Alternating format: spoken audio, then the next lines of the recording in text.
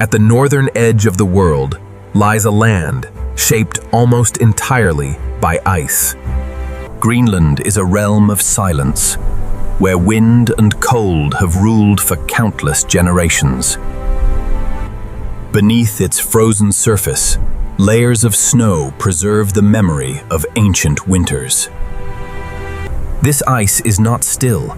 It bends, fractures, and slowly travels toward the sea. Across the island, glaciers move like frozen rivers through valleys carved over immense spans of time. During the brief Arctic summer, sunlight awakens rivers upon the ice. Pools of meltwater gather in brilliant blue basins, transforming the frozen landscape for only a few precious weeks. Some of these rivers disappear into the ice, carrying summer warmth deep into the glacier. Beyond the ice sheet, a different Greenland emerges, steep, fractured, and exposed to the ocean. Here, deep fjords carry the influence of the sea far into the frozen interior. Every floating fragment begins as part of a much larger story. Some become frozen giants, sculpted by wind, waves, and the passing of time. Most of an iceberg remains hidden below, an unseen mountain drifting through the Arctic Sea. Below the surface, the ice forms a vast and unfamiliar habitat. Even here, beneath drifting ice, life finds shelter and opportunity. The boundary between ice and ocean is one of Greenland's most vital living frontiers. Along the coast, frozen mountains gather in silent processions before beginning their journey south. As ice melts and balance shifts, these giants can turn without warning. At the head of the fjord, the glacier prepares to release another piece of itself. With a thunder that shatters the silence, ancient ice returns to the sea. Each collapse reshapes the coastline and sends energy through the entire fjord. Freed from the glacier, a new iceberg begins its unpredictable voyage. Where ice meets rock, the forces of Greenland create landscapes of extraordinary contrast. Within each fragment are traces of snowfall, laid down long before recorded history. Meltwater carries ground rock from the mountains, feeding the coast with minerals and sediment. These mineral-rich waters help support a food web that reaches from plankton to whales. The smallest lives in Greenland's seas form the foundation of its greatest gatherings. Small fish transform microscopic abundance into food for the hunters of the Arctic. Above the water, seabirds watch for every movement below.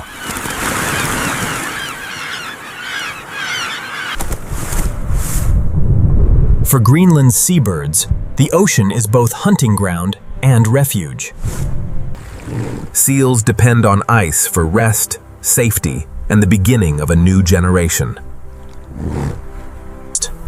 Adapted to cold water and shifting ice, they are among the Arctic's most enduring survivors. Below the surface, grace replaces stillness.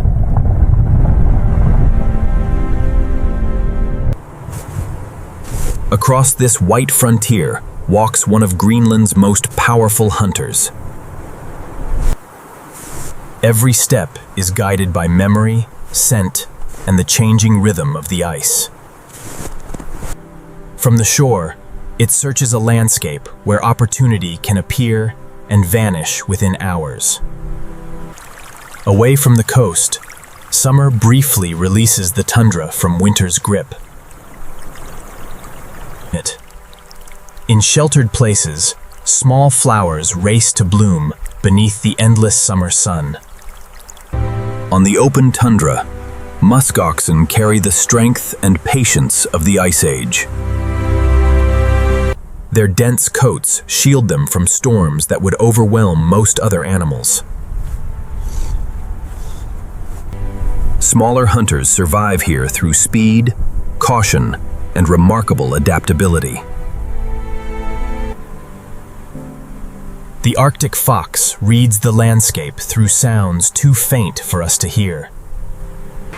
Each summer, Greenland's cliffs become crowded cities filled with wings and voices.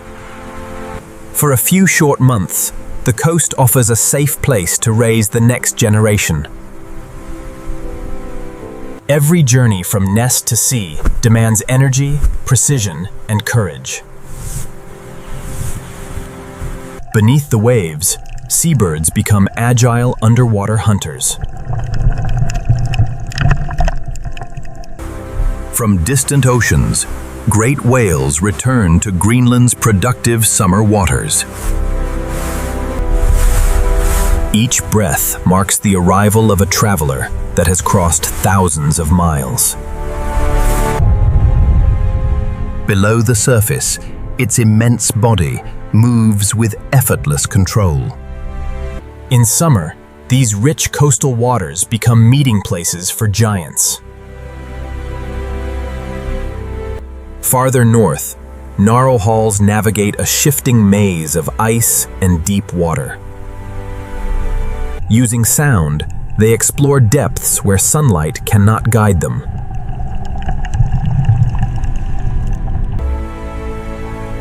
Along the northern coast, walruses depend on sea ice as a platform between dives. On the seafloor, powerful bodies search delicately for food hidden beneath the mud. As daylight softens, Greenland reveals a quieter and more mysterious beauty. Weather can transform this landscape in moments, hiding mountains and opening new paths through the ice. Even in summer, winter is never far away. During the season of endless light, life continues beneath a sun that never fully sets. Ice, ocean, rock, and living creatures are bound together in one vast Arctic system. To understand Greenland, we must begin with the restless rivers of ice that shape everything in their path. These immense walls are only the visible edge of a river that begins far beyond the mountains. From the interior, gravity draws the ice toward the coast in a journey that may last for centuries. Dark bands of stone reveal where separate streams of ice have merged into one. As the valley narrows, the glacier is squeezed, folded, and forced forward. Though it appears solid, the glacier behaves like a slow-moving current.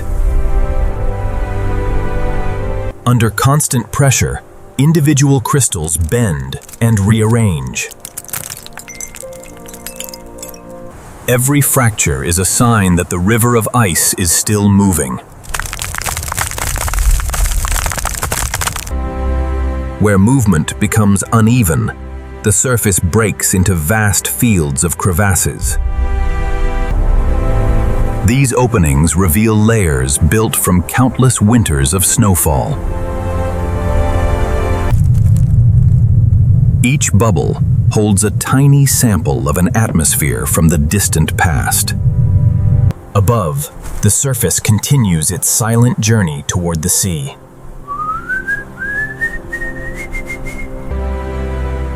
During summer, sunlight begins to carve a second network of rivers across the ice. These streams carry surface warmth deeper into the glacier. Across the frozen plain, water gathers in temporary lakes of astonishing color. For a brief season, liquid water rests above ice thousands of years old. But these lakes can vanish when fractures open below them.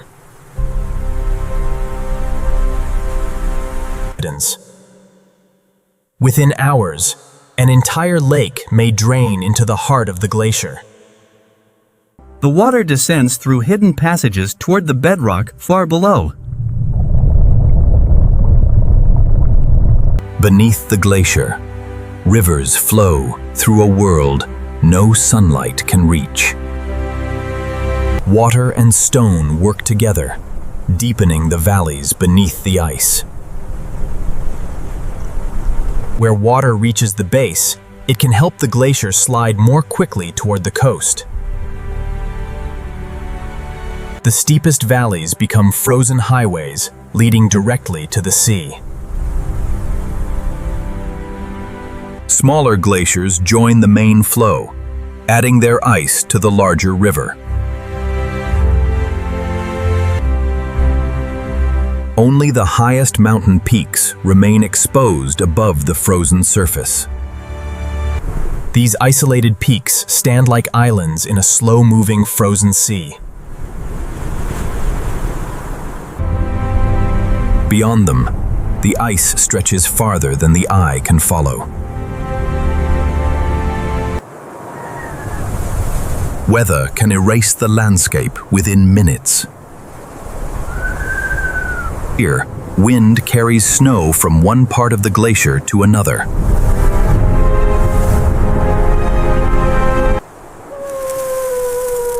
New snow briefly softens the scars created by movement.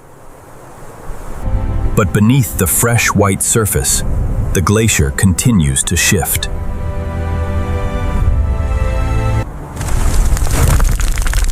Small collapses happen constantly across this unstable terrain. In the fastest moving sections, the glacier breaks into towering blocks called seracs. These frozen towers may stand for days or collapse without warning.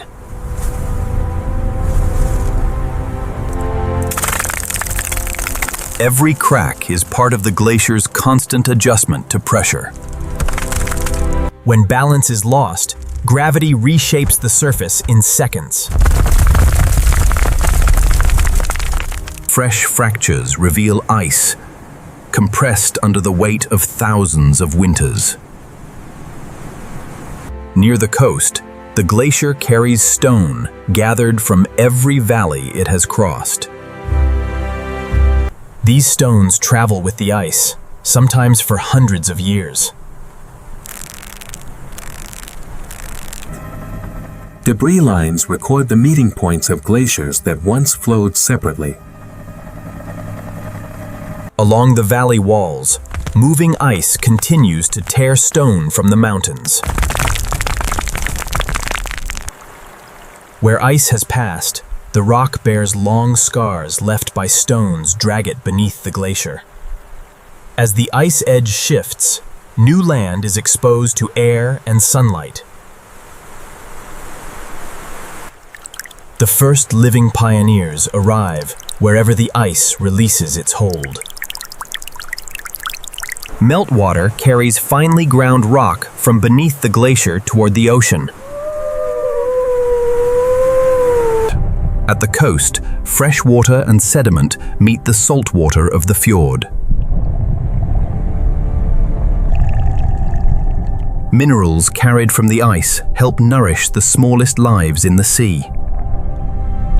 Small fish gather where cold, mineral-rich water enters the fjord. Near the glacier front, the sea is filled with pieces of a constantly changing landscape. Once released, every fragment begins to return slowly to liquid water. Melting ice creates invisible currents that mix the waters of the fjord. For seals, the moving ice provides shelter, resting places, and access to rich feeding grounds. Beneath the ice, the glacier creates a maze of shadows where hunters and prey meet. Seabirds also gather where the glacier feeds life into the fjord.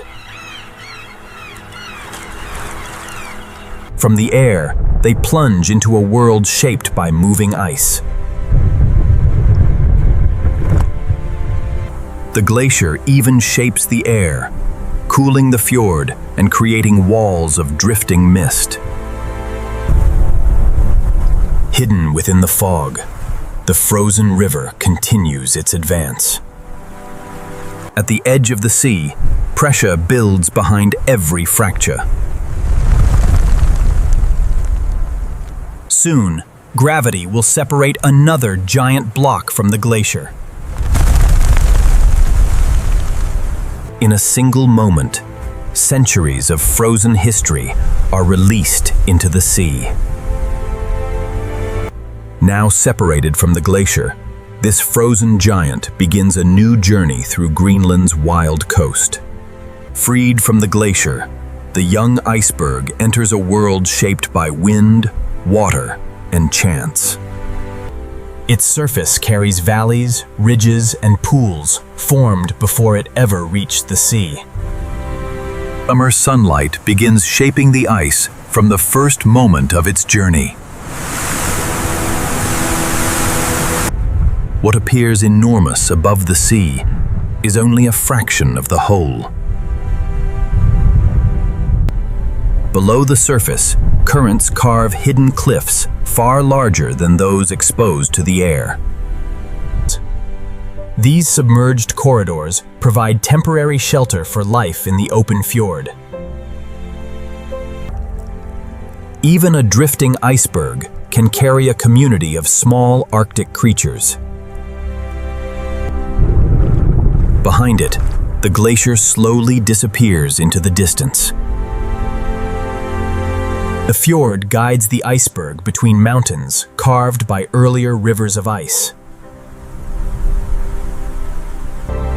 Here, stone and ice reveal the extraordinary scale of Greenland's coast. From the surrounding peaks, smaller glaciers continue to feed the frozen landscape below. The newborn giant joins a slow procession toward the open sea. Between drifting walls, the fjord becomes a maze of changing passages. Wind and water carve arches that may survive for only a few days. For a brief moment, the iceberg becomes a cathedral of light. But every beautiful form is temporary. Gravity eventually returns each fragile structure to the ocean.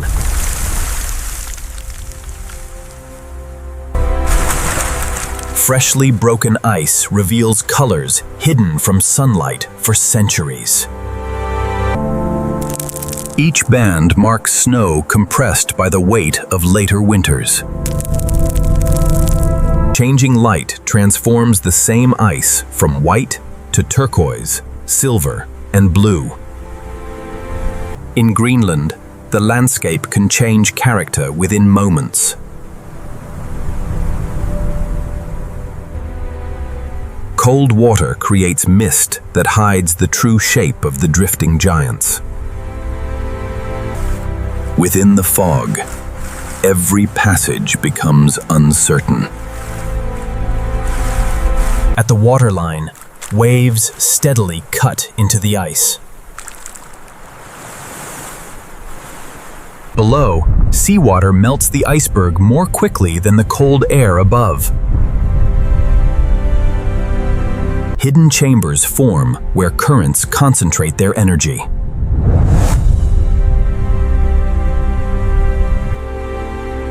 Every bubble and fracture records a different stage in the iceberg's creation.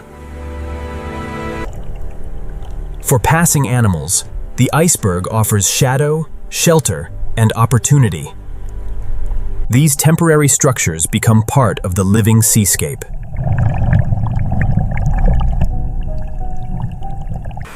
Along the fjord, ice drifts beside islands briefly awakened by summer. Seabirds use the drifting ice as a landmark above productive waters. Where currents meet the ice, fish may gather close enough for birds to reach.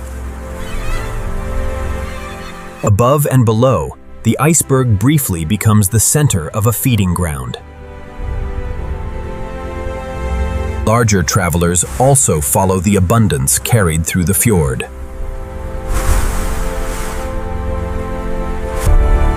For a moment, the living giant and the frozen giant share the same narrow path.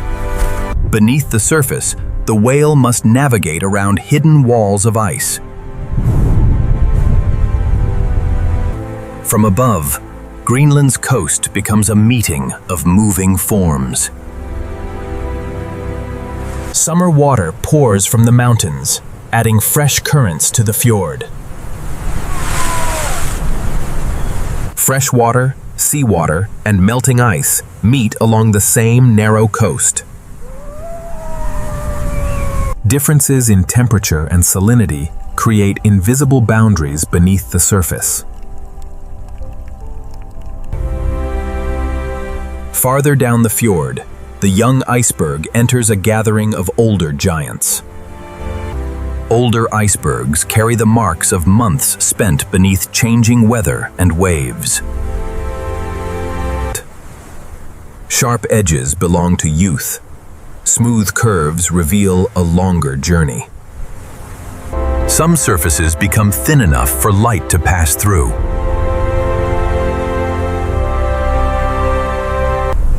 Wind removes snow, sharpens ridges, and reshapes every exposed surface. The Arctic sky can divide the landscape between light and shadow. Even at midsummer, snow can return without warning. Each snowflake lasts only seconds upon the open water. A thin white layer briefly conceals the scars of melting.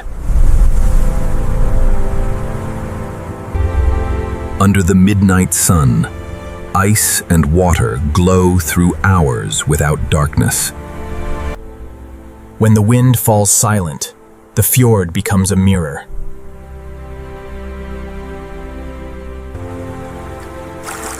But calm here is always temporary. Far behind, the glacier continues creating new giants. Energy from the glacier travels outward through the water. Below the surface, the hidden mass responds with slow and powerful movement. Every wave weakens existing fractures. Piece by piece, the frozen giant begins to lose its original form. As weight shifts, the iceberg's balance becomes increasingly uncertain. When its center of gravity changes, the entire mountain can turn. Transformed by the sea, the iceberg now joins the vast frozen kingdom drifting toward Greenland's wild coast. Beyond the narrow fjord lies a vast kingdom built from drifting mountains of ice. No two icebergs are alike, and no shape remains unchanged for long. Some rise as sharp towers, sculpted by wind before reaching open water. Others travel as immense floating plateaus, carrying entire landscapes upon their backs. Summer sunlight carves rivers and lakes across these temporary frozen worlds. Every drop carries a small part of the iceberg back to the ocean. Below, fresh meltwater mixes with the colder salt water of the fjord. The hidden half of every iceberg is shaped by currents moving far below the waves. For small animals, drifting ice provides shade, shelter, and a place to gather. Melting continues invisibly beneath the surface, weakening the iceberg from below. Around the giants, countless smaller fragments fill the spaces between them. Tides and currents open temporary pathwalls through the crowded ice.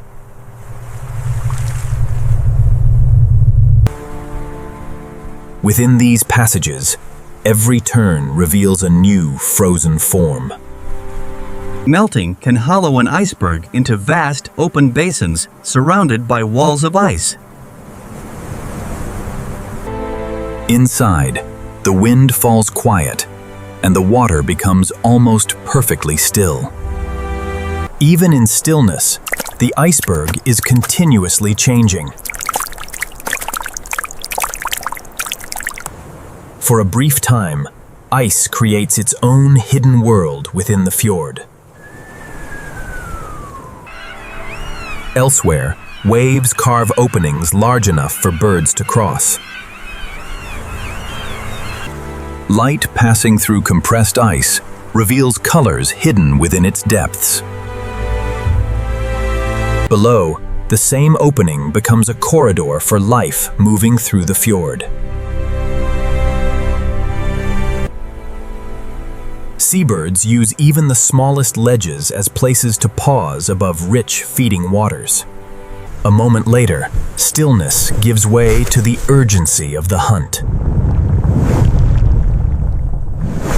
Beneath the surface, wings become powerful paddles. Where currents concentrate fish, the sky quickly fills with birds. Below them, small fish gather in the shifting shadows of the ice. Seals also follow these moving concentrations of prey. Agile beneath the surface, the seal moves easily through a maze, invisible from above. A floating fragment offers a brief place to recover between hunts. Larger ice platforms become temporary resting grounds for entire groups. Against the scale of Greenland's ice, even large animals appear small. Beyond the resting ice, whales move through deeper channels in search of food. The living giant travels beside a mountain, born from the frozen interior. Beneath the surface, hidden ice forces every traveler to choose its path carefully. For the whale, this changing maze is part of a familiar seasonal journey. With one final movement, it descends toward feeding grounds below.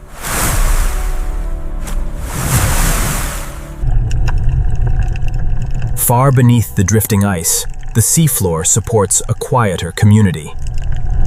Here, life grows slowly in cold water, enriched by the fjord above.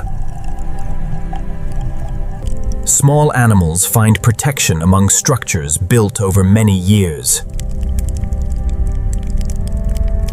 From below, the iceberg kingdom becomes a moving ceiling of shadow and light.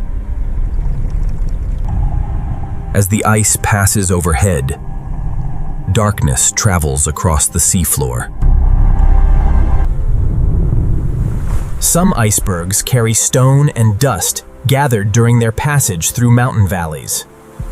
These dark bands record the places where glacier and rock once met.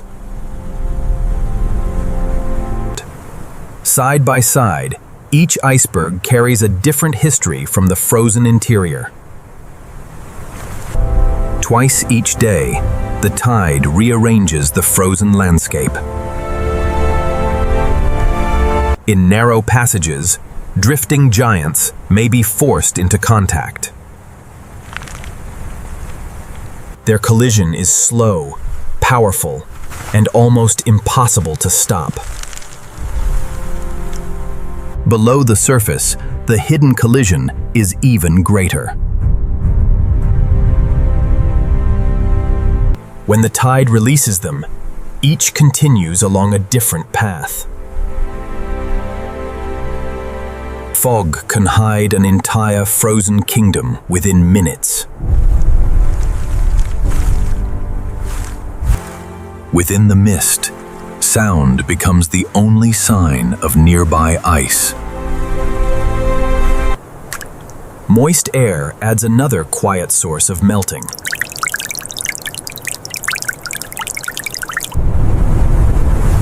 When the fog clears, familiar shapes appear completely transformed.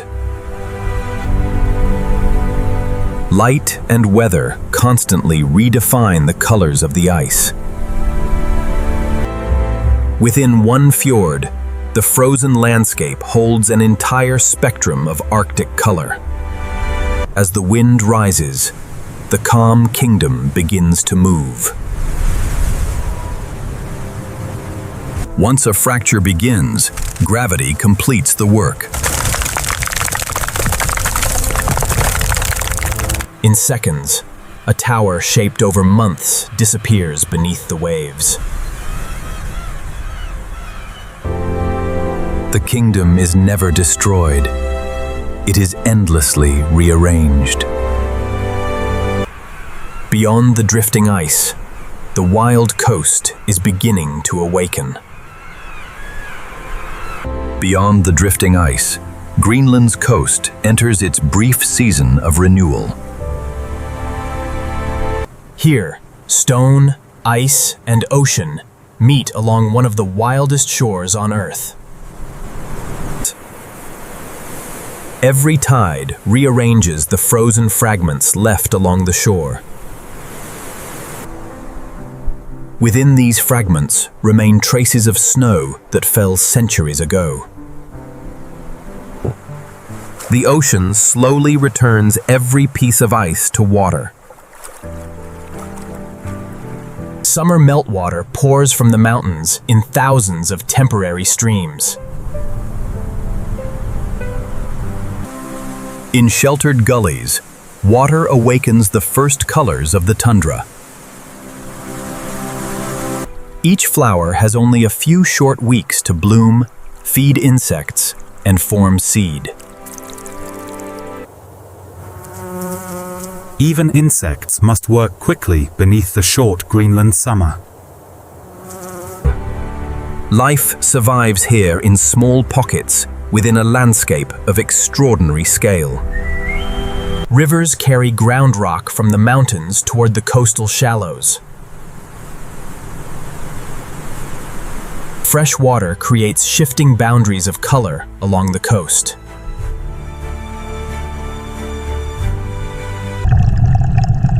Within these cloudy waters, minerals and nutrients enter the marine food web.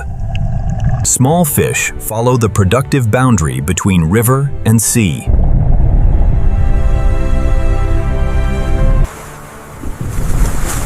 From above, seabirds turn abundance into opportunity.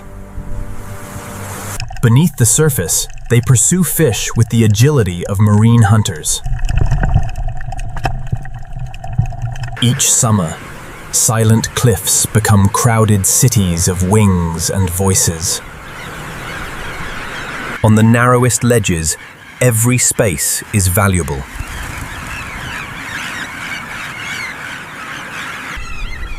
With no nest to hold it, one carefully balanced egg represents the future. When adults leave to feed, the entire cliff seems to rise into the air. Puffins choose softer ground, where burrows offer shelter from wind and predators.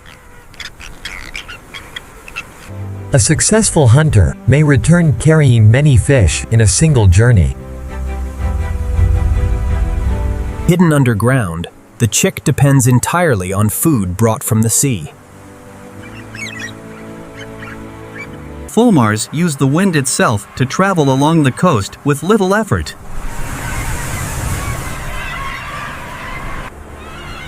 From the air, Greenland's coast becomes an endless sequence of hidden coves and towering walls. Some coves remain protected from the strongest waves and winds. Below the surface, sheltered water allows underwater forests to grow.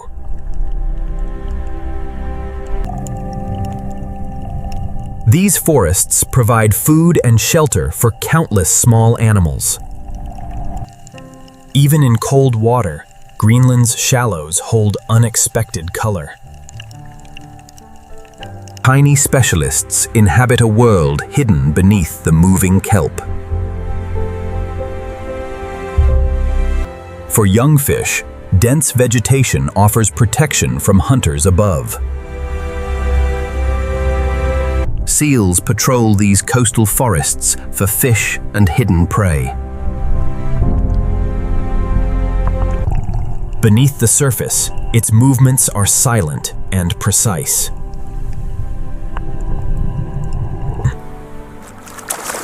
A single breath reconnects the hidden forest with the world above.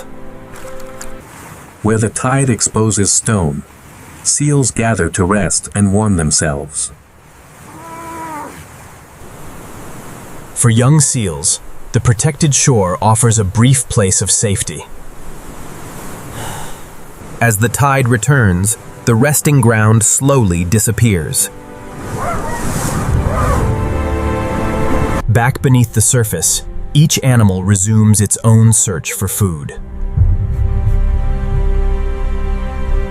Above the shoreline, summer transforms the tundra into a mosaic of water and color. Thousands of shallow pools appear wherever snow gathers and melts. These temporary pools support a burst of insect life. For birds arriving from distant lands, insects provide essential summer food. Some shorebirds create small currents to draw food within reach. Arctic terns arrive after one of the longest migrations made by any animal. From the air, a brief flash beneath the surface is enough to trigger a dive.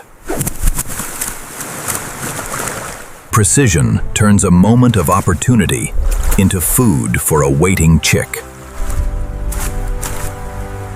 Where birds gather in great numbers, the Arctic fox is never far away.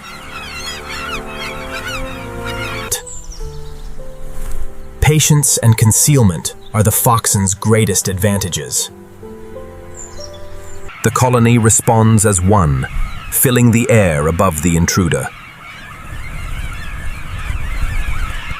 For now, the combined defense of the colony is enough.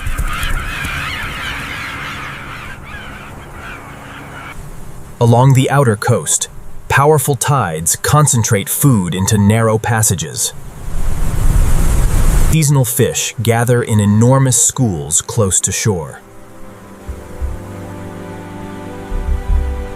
The gathering attracts hunters from sea and sky. Pressed from every direction, the fish move as one living shape. Then, a much larger hunter approaches from the depths.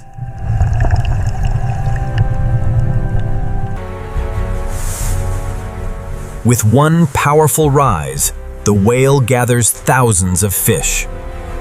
In moments, the disturbance fades, and the coast becomes calm again.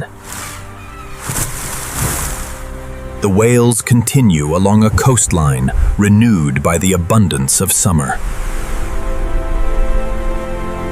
For a few brilliant weeks, every part of Greenland's wild coast is connected by food, water, and light.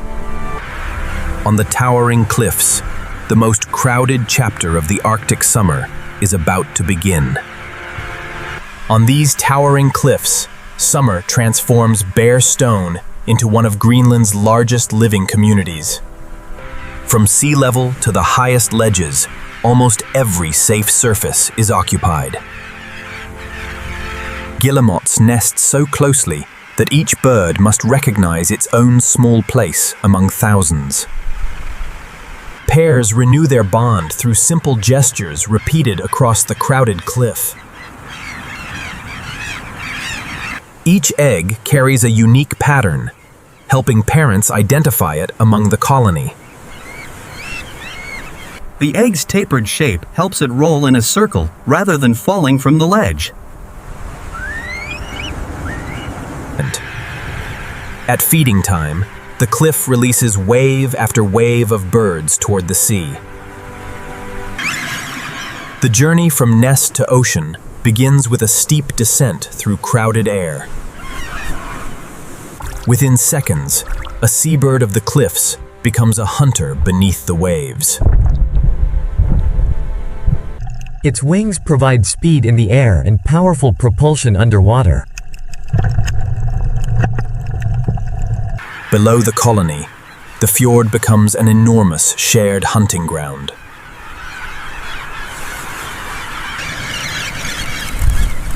Kittiwakes build shallow nests wherever a ledge offers enough room.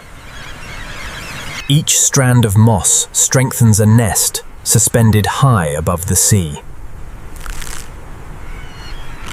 In such crowded conditions, even a few centimeters of space must be defended.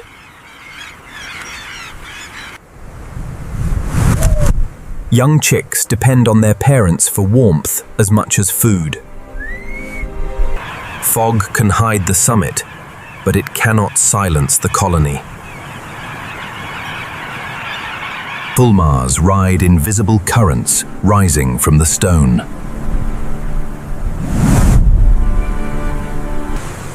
With little effort, it can patrol kilometers of coastline in search of food. Between flights, the ocean offers a temporary resting place. The abundance above begins with microscopic life carried by cold currents.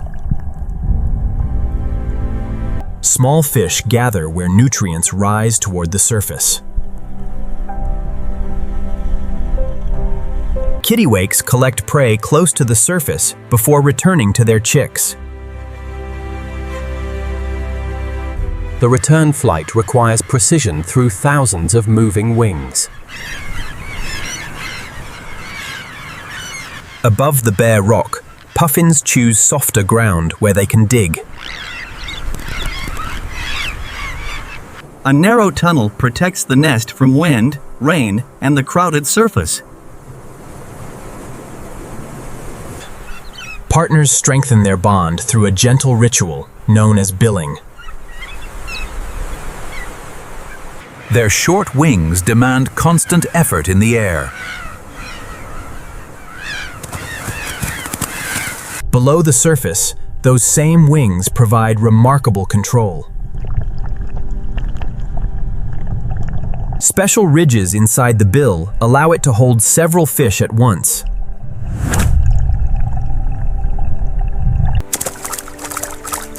A successful dive provides a valuable meal for the chick waiting underground.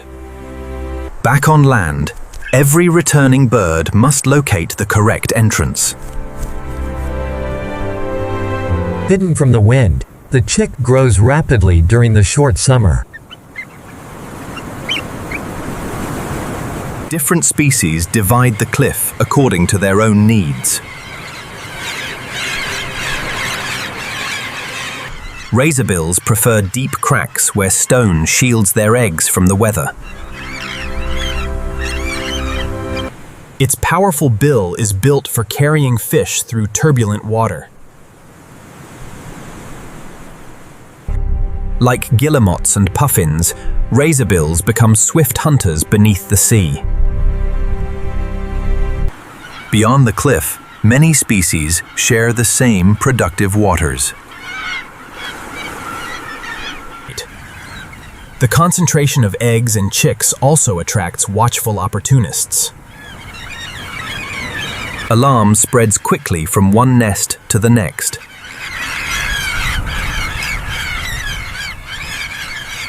For now, the combined vigilance of the colony is enough. On the tundra above, another patient hunter searches for opportunity.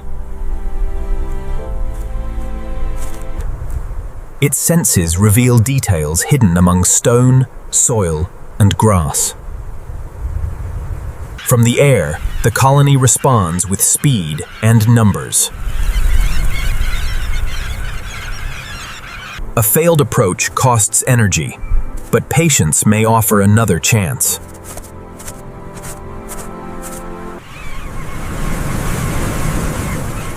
Predators are not the only danger faced by young birds. During sudden storms, a parent's body becomes the only shelter.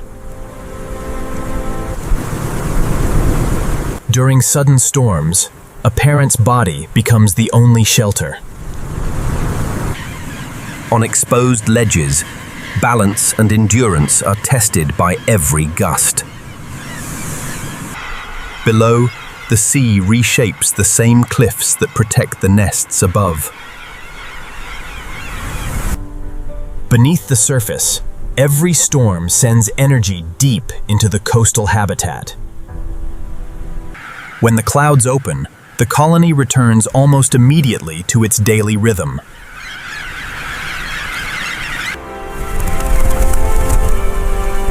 Hunger leaves little time to rest. Each species follows its own route across the sea.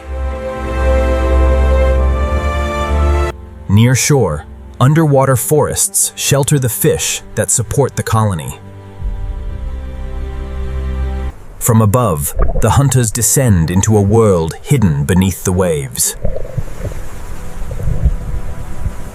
Beneath the cliff lies a living forest of movement, shadow, and color.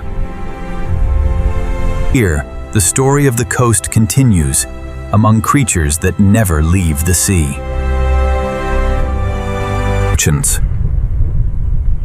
The crowded world above depends upon the hidden abundance below. To understand Greenland's wild coast, we must now enter the forest beneath the sea. Beneath Greenland's crowded cliffs lies a forest shaped by cold water, tides, and light. Above the seafloor, long blades of kelp create layers of shelter and shadow. Every movement at the surface reshapes the light below. Young fish use the forest as protection from hunters in open water. A single leaf can become a roof beneath a dangerous sky. The kelp itself supports countless grazers, too small to notice from above. Every surface in the forest becomes part of the food web.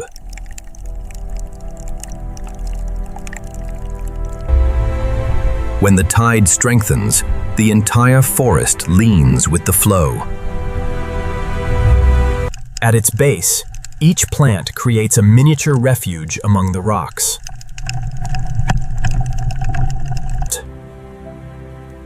Sea urchins slowly harvest algae from the stone beneath the canopy. Where grazers become numerous, open clearings appear within the forest.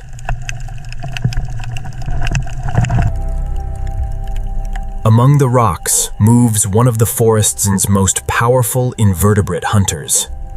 Hundreds of tiny feet allow it to cross uneven ground with steady control.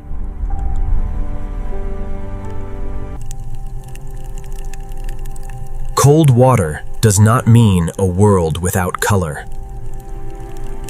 Anemones wait in the current for drifting food to come within reach. The forest is nourished by particles carried through the water. On sheltered walls, slow-growing animals build communities that may endure for years. Small specialists live among the sponges, often matching the colors of their surroundings.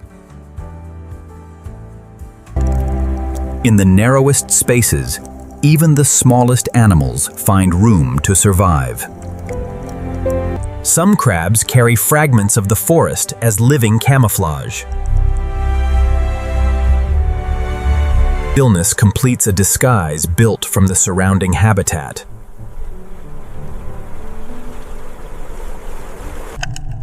Every crack in the stone becomes shelter from currents and larger hunters. From hidden shelters, delicate arms gather food from passing water. When old fronds break free, they carry energy beyond the forest. Detached kelp continues to provide food and shelter along the coast. On the seafloor, camouflage allows patient hunters to disappear in plain sight. A sudden burst of speed turns patience into opportunity. Beyond the forest, flatfish patrol the quieter seabed.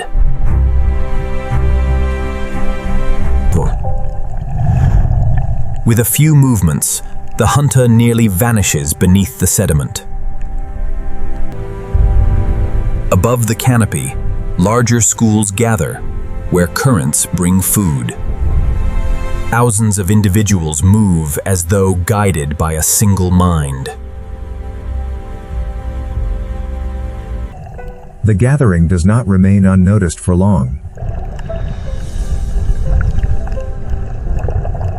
Seabirds enter the forest with the control of experienced underwater hunters.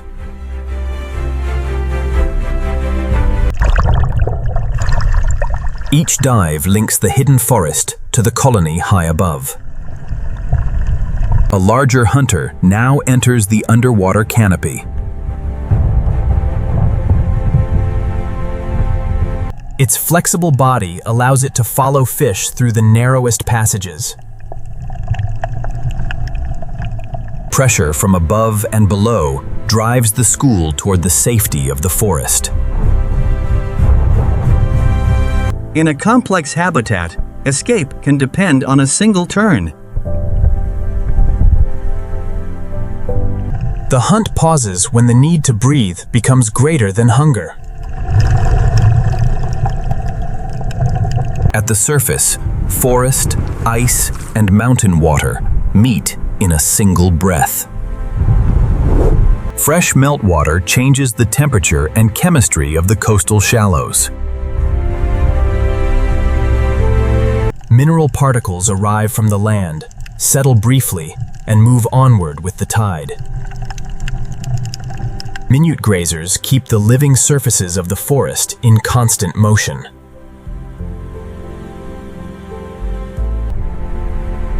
As the sun lowers, the forest enters a quieter blue hour. Some animals seek shelter, as others emerge into the dimming water. Jellyfish move with the current, carried through spaces that fish must actively cross. Tiny, moving hairs scatter light into colors almost invisible in the darkening sea.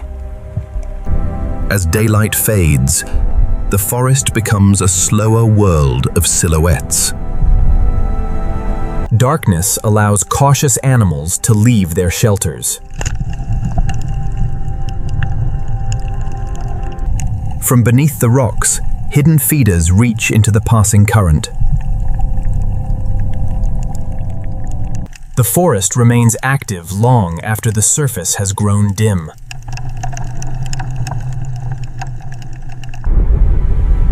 In summer, true darkness never fully reaches these coastal waters. With the turning tide, the entire forest changes direction. The returning current delivers a fresh pulse of microscopic food. Fixed to the rock, filter feeders depend completely on what the water brings. Every tide reconnects the forest with the wider fjord. Beyond the protected forest, the coast grows colder, and the influence of ice becomes stronger. Ahead, a new frozen roof is beginning to form above the sea. At the forester's edge, coastal life meets the world beneath the ice. Above this hidden world, the sea is closing beneath a living roof of ice. Beneath the forming ice, a new habitat begins to take shape. As seawater freezes, crystals spread outward into intricate patterns. Below the solid sheet, loose plates of ice continue to gather and thicken. Air caught during freezing becomes sealed inside the growing roof.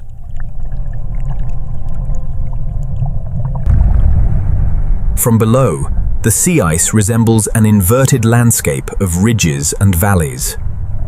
Where ice is pushed together, frozen walls extend downward into the sea. These broken corridors offer shelter from larger hunters. Within microscopic channels, algae begin converting the returning light into food. Diatoms form the first living layer beneath the ice. Together, these tiny cells create feeding grounds large enough to support an entire community. Copepods transform the energy of algae into food for larger animals. Some grazers spend almost their entire lives attached to the frozen ceiling. From a distance, the smallest residents appear as moving shadows beneath the ice. Polar cod connect the hidden grazers of the ice to the larger Arctic food web. Where algae and small crustaceans are abundant, fish gather in remarkable numbers. Cracks become pathways that guide movement beneath the ice.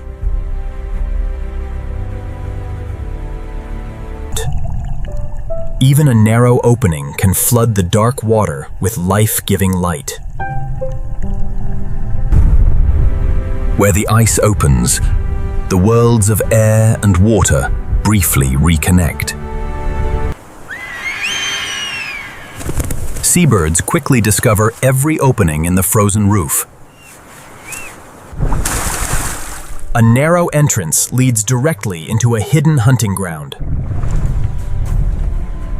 The complexity of the ice can protect prey as quickly as it traps them.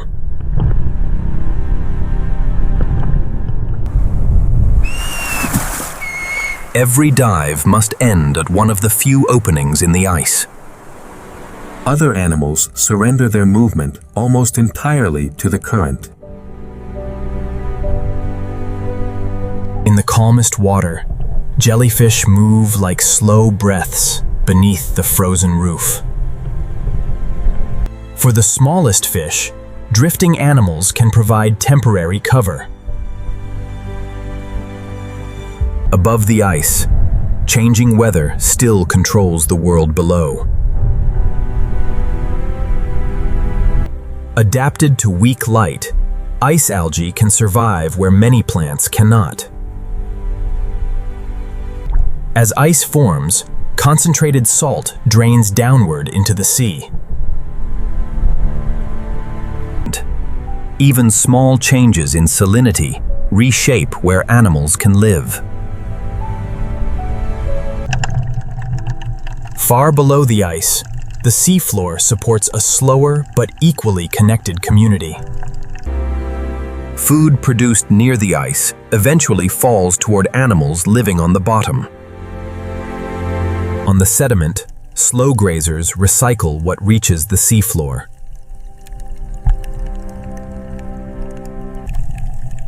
Even apparently empty mud records the movement of hidden life. Buried beneath the surface, shellfish feed without ever leaving the mud. In the deeper channels, ancient hunters move with almost no visible effort. Built for cold and darkness, the Greenland shark lives at a pace unlike most fish. Its presence changes the movement of every smaller animal nearby. Above, the living roof remains the source of energy for the entire system. For air-breathing animals, survival depends on maintaining access to the surface. A ringed seal returns to one of the openings it has kept clear. A single breath can be taken through an opening barely wider than its head.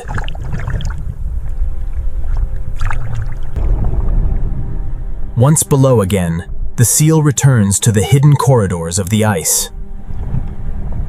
Where fish gather beneath the ice, hunters are never far away. The chase becomes a contest of speed, timing, and knowledge of the terrain. The smallest cracks can become the safest refuge.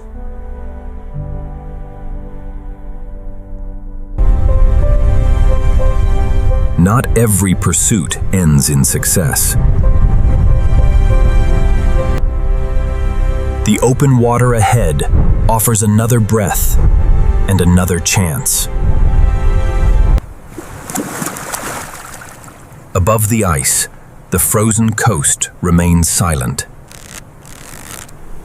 From above, the sea is divided into countless habitats by cracks and openings.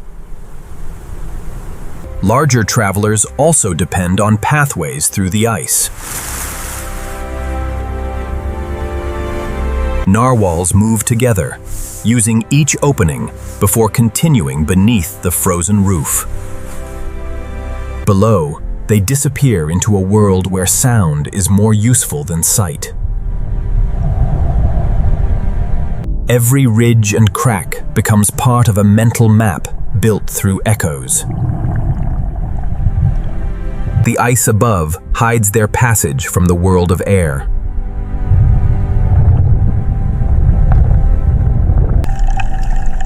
Farther beneath the ice, small fish continue their search for food and safety.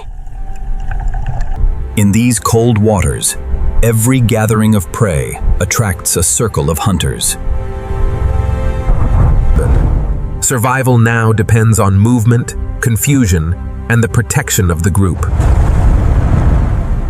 Beneath the frozen roof, the quiet world of ice is about to become a hunting ground.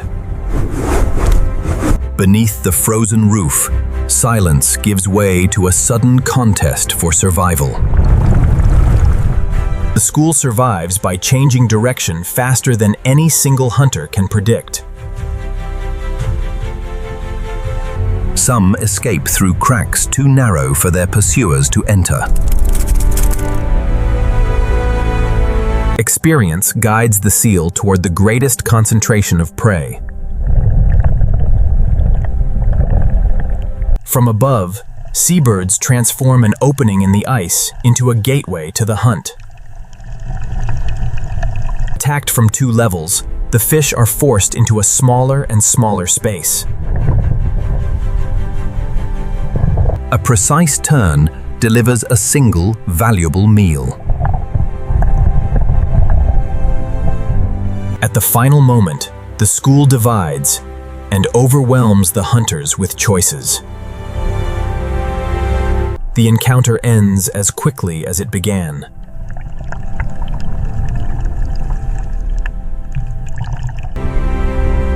For the seal, the search continues through sound, movement, and memory.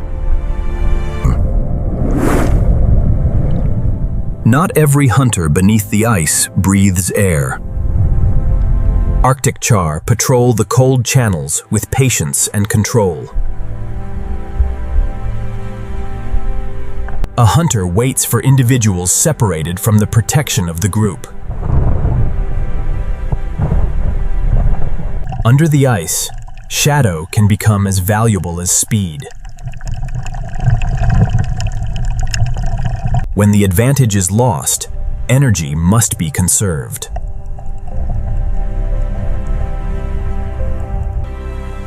Near the bottom, a different field of prey lies hidden among the rocks.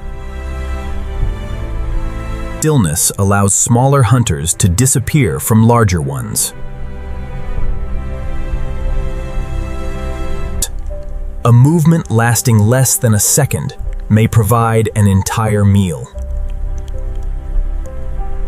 On the seafloor, hunting happens at a slower and smaller scale.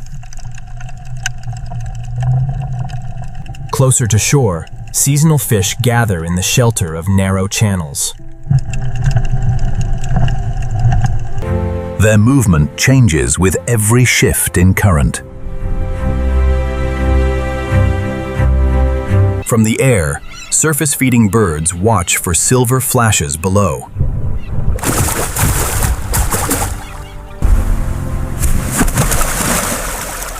Precision turns a brief glimpse into success.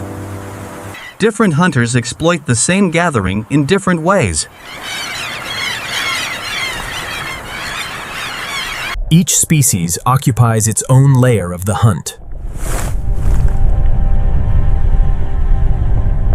A seal approaches, drawn by the movement of birds and fish. By staying close to the seabed, it enters the channel almost unseen. One upward rush compresses the fish between sea and sky.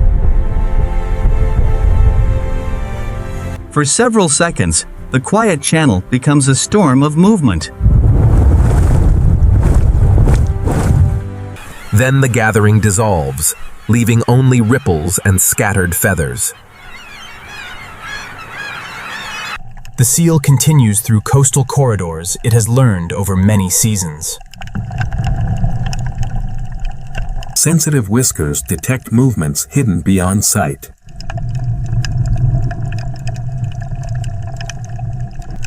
Even after a fish has passed, its wake remains briefly in the water.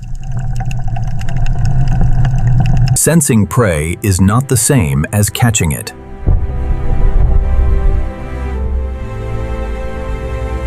Near a meltwater river, the coast becomes a world of limited vision. In cloudy water, touch and vibration become more important than sight. Prey appears and disappears within the shifting mineral veil.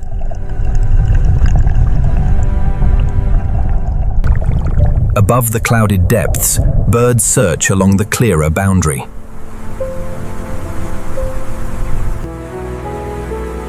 The meeting of fresh and salt water creates a moving line of opportunity. Hunters gather wherever currents concentrate small fish. A larger visitor enters the feeding ground from offshore.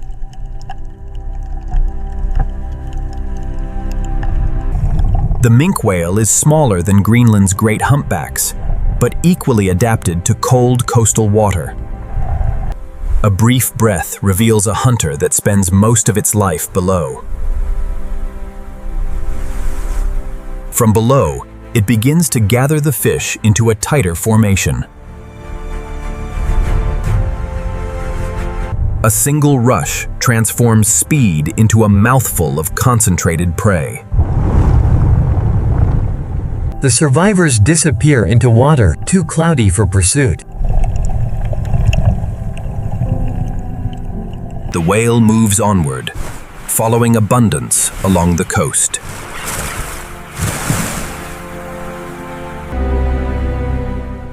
Beyond the shallows, the hunt continues in colder and darker water. On the bottom, flatfish wait, almost completely hidden. Unlike the fast hunters above, this predator allows prey to come closer. A sudden strike is followed by immediate stillness. The mud preserves signs of hunters that remain almost invisible. In the deepest channel, one of the Arctic's oldest hunters appears. Its slow movement conceals a life adapted to extreme cold and limited energy. From the deep slope to the frozen surface, every hunter depends on the same chain of life. The hunting ground is not one place, but many overlapping worlds. After the hunt, survival returns to its most basic requirement: the next breath. Each opening must be remembered, visited, and kept clear. For Greenland seals, the ice is more than a hunting ground.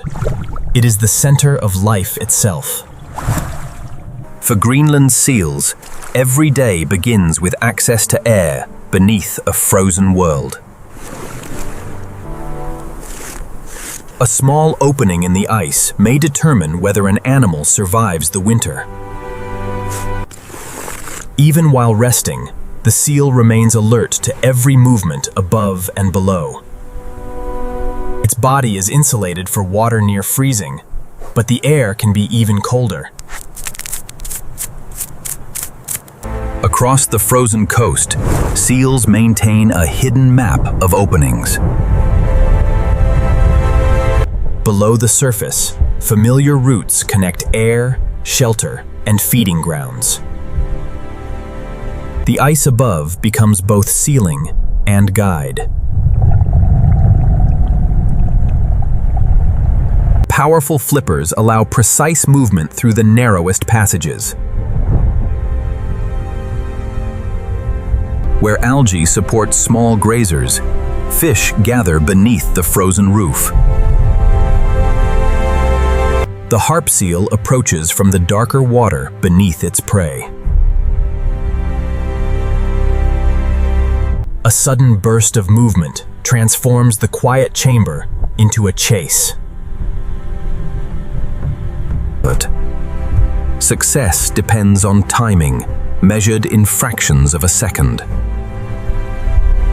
The survivors quickly gather again beneath the protection of the ice. Not every hunt takes place near the surface.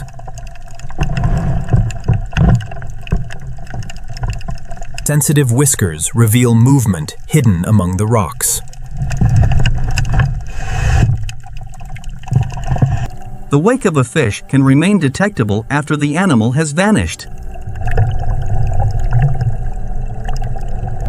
But even the most sensitive hunter cannot succeed every time.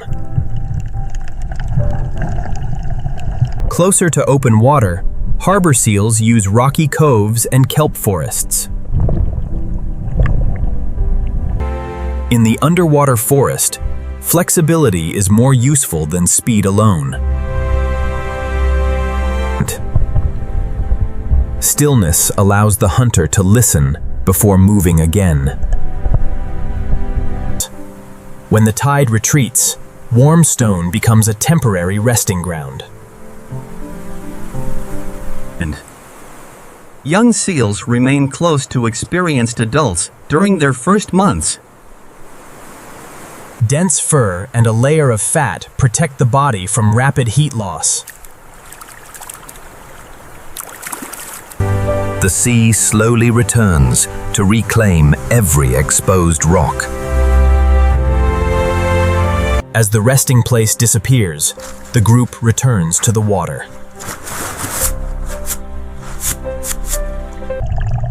Once submerged, each seal resumes an individual search for food.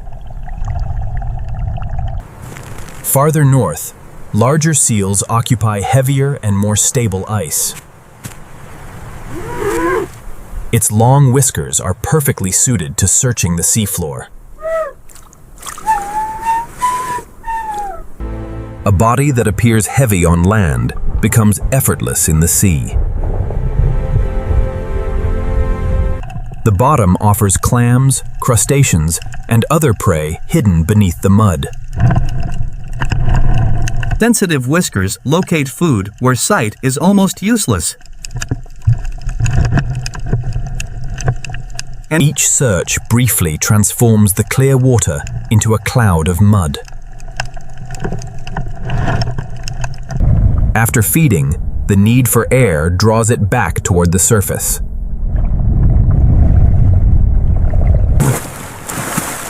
The ice provides a place to breathe, rest, and avoid the coldest water. Other seals depend on movement and the safety of numbers. A traveling group can cross large stretches of coastal water together. Beneath the surface, the group spreads through several layers of the sea.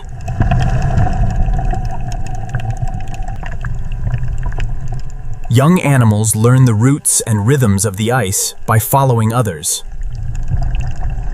A stable flow becomes a shared place of rest.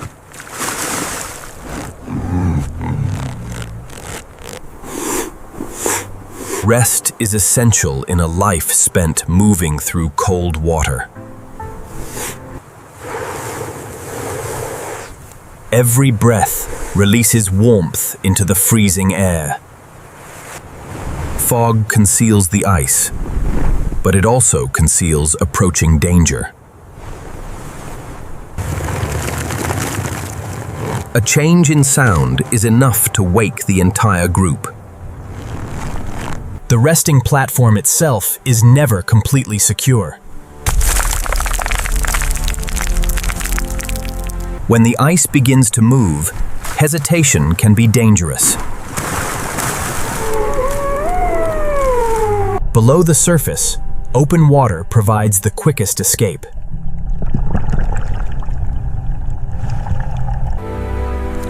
For a mother, the ice must provide more than access to food. She works regularly to prevent the opening from freezing shut.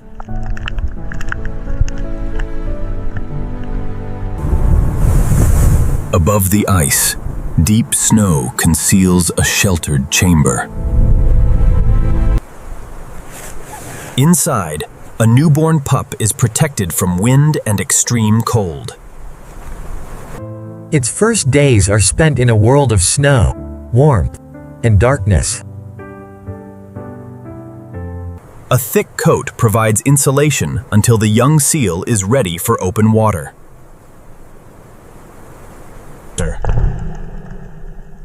The mother must continue feeding while never remaining far from the lair.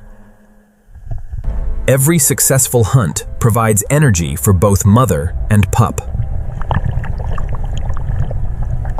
The hidden entrance allows her to move between sea and shelter.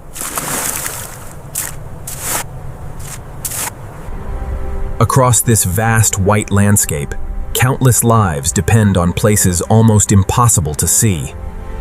Across this frozen coast, the polar bear begins another patient search for food. Every step is placed carefully across ice that can change without warning.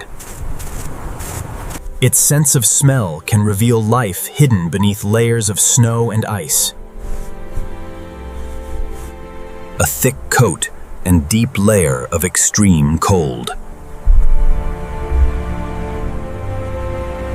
The frozen sea is not a single surface, but a constantly shifting maze.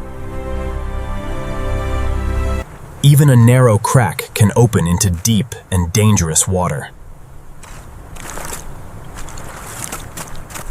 Experience helps it judge which paths are strong enough to carry its weight. A careful touch can reveal weakness before the surface breaks. fog removes the horizon and turns the coast into a world of scent and sound. The wind quickly erases every sign of its passage. A faint scent leads the bear toward an opening maintained beneath the ice.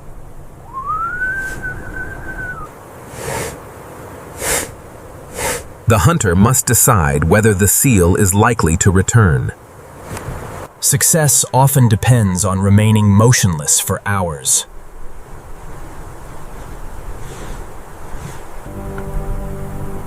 Patience conserves energy while preserving the element of surprise. Below the ice, a seal returns along a familiar route. For both hunter and prey, a few seconds can determine the outcome. A change in vibration warns the seal before it reaches the surface.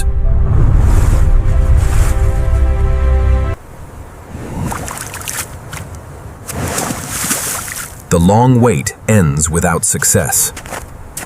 Energy cannot be spent waiting forever.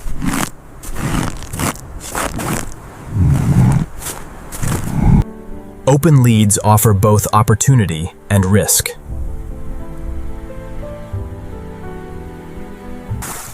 A seal appears, but beyond the reach of an immediate attack. The bear follows the lead, searching for a narrower crossing point. For several minutes, hunter and prey move along the same frozen boundary. The opening grows too wide, and the seal escapes into the fjord.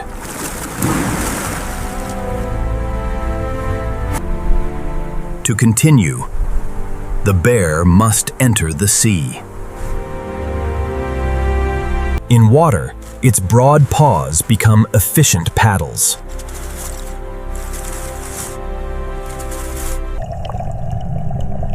Only a small part of its strength is visible from above. The polar bear is as much a marine mammal as a hunter of the ice. Short crossings connect hunting grounds divided by moving water. Back on the ice, trapped air within the fur helps the coat dry quickly.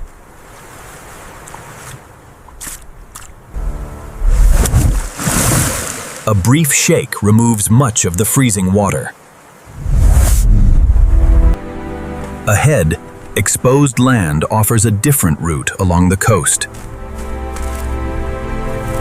For a time, rock replaces ice beneath its feet. The wild coast offers little food, but it may shorten the journey. Every object carried by the tide is investigated. Birds search the same shoreline for smaller rewards. Fresh meltwater pours directly from the mountains.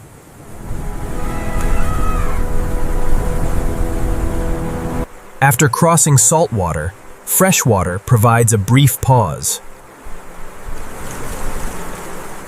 Even along the frozen coast, summer creates ribbons of green.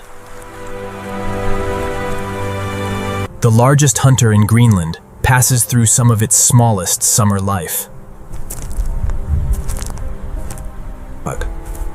On land, the bear briefly shares the landscape with animals of the tundra. The herd remains watchful, but the bear's attention lies elsewhere. From higher ground, the coast reveals new routes through the ice. Sight joins scent as the bear studies the frozen shoreline. Far below, seals rest where the ice remains flat and stable. The shortest path requires a careful descent back toward the sea. Mountain ice continues to shape every passage along the coast.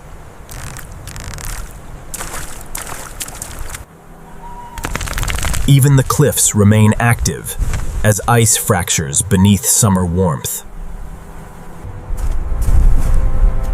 Cold air descending from the glacier fills the coast with mist. A temporary bridge offers a return to the hunting grounds. The crossing demands steady movement across fragile ice. Below, fish continue through a world unaware of the traveler above. Moments later, the path begins to disappear.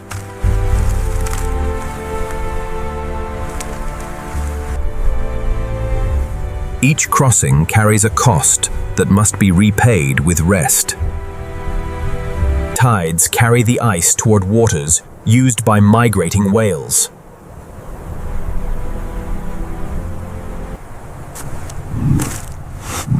New sounds and scents arrive from the open channel. Beyond the hunting ice, narwhals enter the fjord through a narrow lead. Their journey belongs to a deeper world beneath the frozen coast. Using sound, they navigate where sight can reach only a few meters.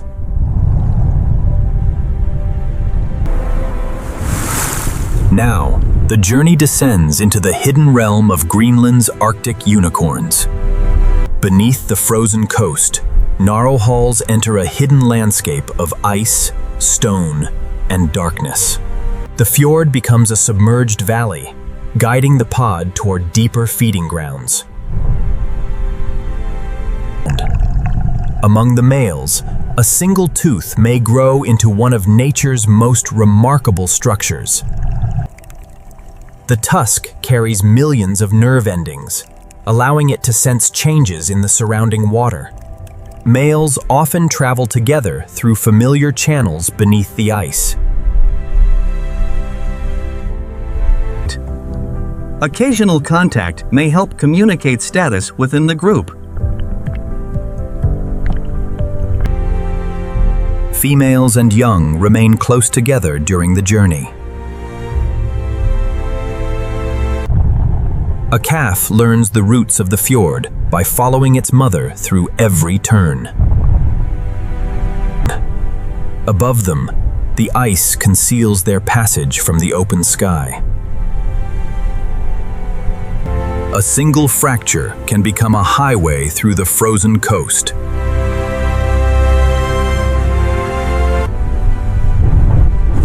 Every opening offers a brief connection with the world of air.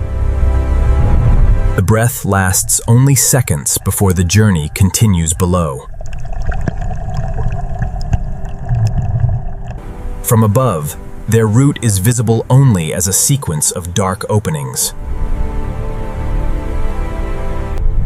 Below the ridge, the safe passage narrows into a complex frozen corridor. Experience allows each animal to judge obstacles hidden beneath the surface. The group divides where the ice leaves no single path forward. Once the obstacle is passed, the pod gathers again. Ahead, the fjord floor falls away into deeper water. Narwhals can descend far beyond the reach of daylight. Before a deep dive, the body prepares to conserve oxygen. With every meter, the world becomes darker and more compressed. Particles falling from the surface become the only visible landmarks. In darkness, sound allows the group to remain connected while searching separately. Rapid clicks create echoes from fish, ice, and distant rock.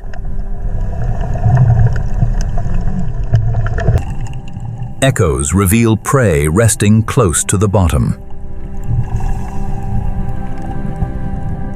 Camouflage offers protection from eyes, but not from sound. A hidden fish is forced from the seabed before the final approach.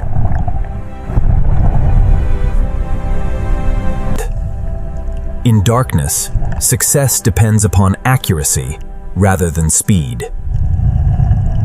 Across the slope, each narwhal searches its own section of the bottom.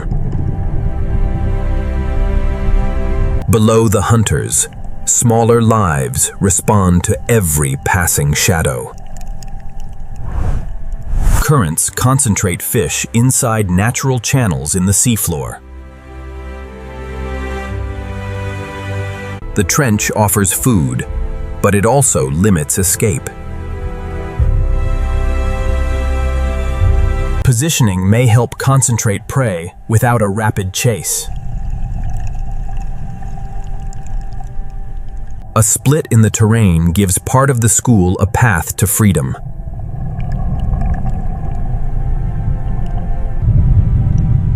In deep water, wasted energy is more costly than a missed meal. Each pattern and scar records a life spent among ice and stone. With oxygen reserves falling, the pod turns back toward the surface. The ascent retraces a path through communities built along the canyon wall. For a moment, two very different travelers share the same current. The distant light marks the location of air.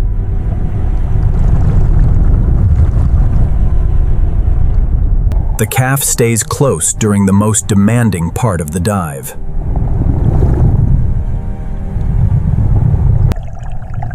Reaching the ice is not enough. The pod must still locate open water. Memory and echo guide them toward a familiar opening.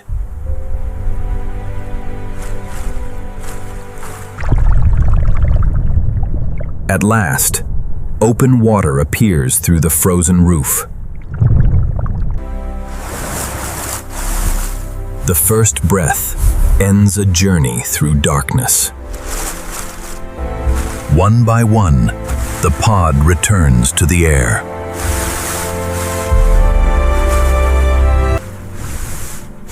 The young narwhal breathes more frequently after the deep descent. The opening widens into a temporary refuge between the ice fields. Here, several pods gather before continuing through the fjord. The basin becomes a meeting place for animals of every age.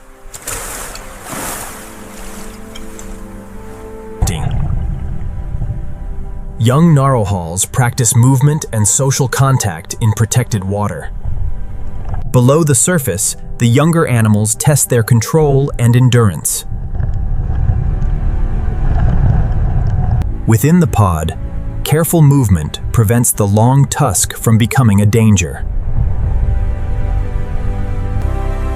Even in summer, snow can return across the open water. Each flake survives only moments on the warm skin.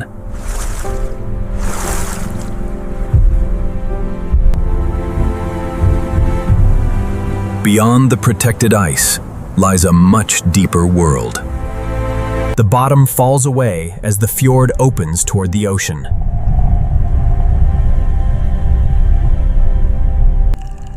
Far beneath the pod, another community occupies the descending walls.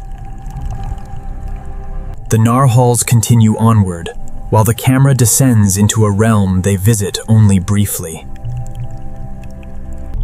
Below Greenland's frozen fjords lies a living world built along the edge of the abyss. Along this descending wall, life clings to the narrow boundary between light and darkness. Every ledge offers a surface where slow-growing organisms can take hold. The fjord wall descends through layers shaped by depth, current, and limited light. Anemones wait patiently for food carried past by the moving water.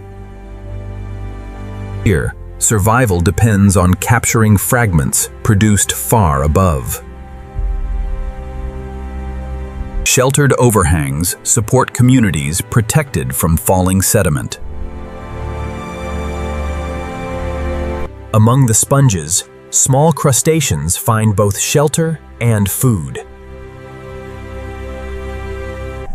A basket star unfolds hundreds of delicate branches to filter the passing water. Its fragile appearance hides an efficient method of feeding. Farther down, sea fans position themselves where flowing water is strongest. Thousands of individual polyps share a single branching structure.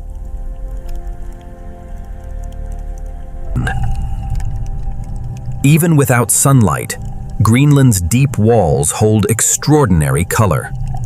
Among the fixed colonies, mobile hunters move slowly across the wall. Hundreds of tiny feet provide strength across the steep surface. Cracks in the cliff create protected corridors beyond the strongest current. Flexible bodies allow some fish to explore spaces inaccessible to larger hunters. Nothing reaching the deep wall is easily wasted. Small swarms gather where rock interrupts the flow of water. On flatter ledges, hidden fish wait beneath a thin cover of sediment. Stillness transforms the predator into part of the seafloor.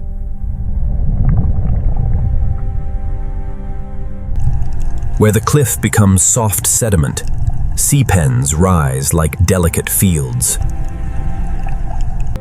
Each sea pen is a colony of animals joined into one living form. The entire field reveals the direction of water moving across the bottom. Sea cucumbers process the sediment, one slow mouthful at a time. Tiny remains from the upper fjord become nourishment on the seafloor. The mud records journeys made by animals rarely seen in open water. Many residents remain hidden beneath the surface for most of their lives. Fallen stone creates new surfaces where life can begin again.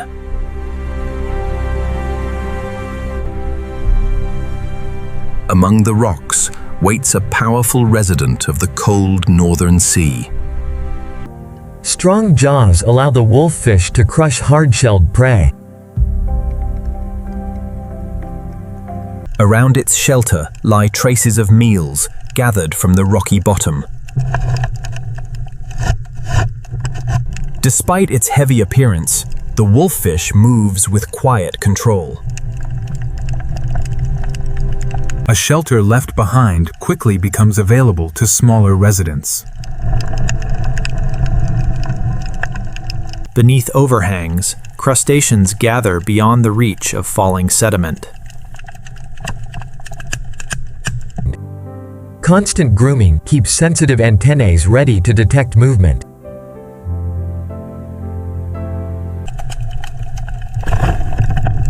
A passing shadow is enough to send the smallest animals into cover. Some sponges grow into structures large enough to shelter entire communities. Inside each sponge, microscopic currents bring oxygen and food. A single sponge may filter enormous volumes of cold seawater. Together, these slow-growing animals create architecture across the deep wall. The wall is still changing, and even a small collapse can bury years of growth. Animals respond quickly as the water fills with suspended stone.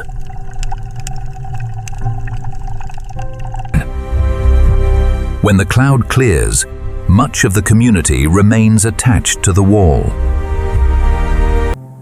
Flexible bodies allow some animals to remove the weight of settling particles. Below this depth, sunlight becomes only a distant trace. In the fading light, delicate drifters become easier to see.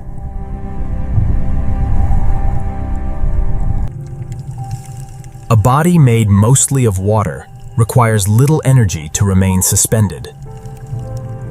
Smaller animals sometimes use drifting giants as temporary shelter.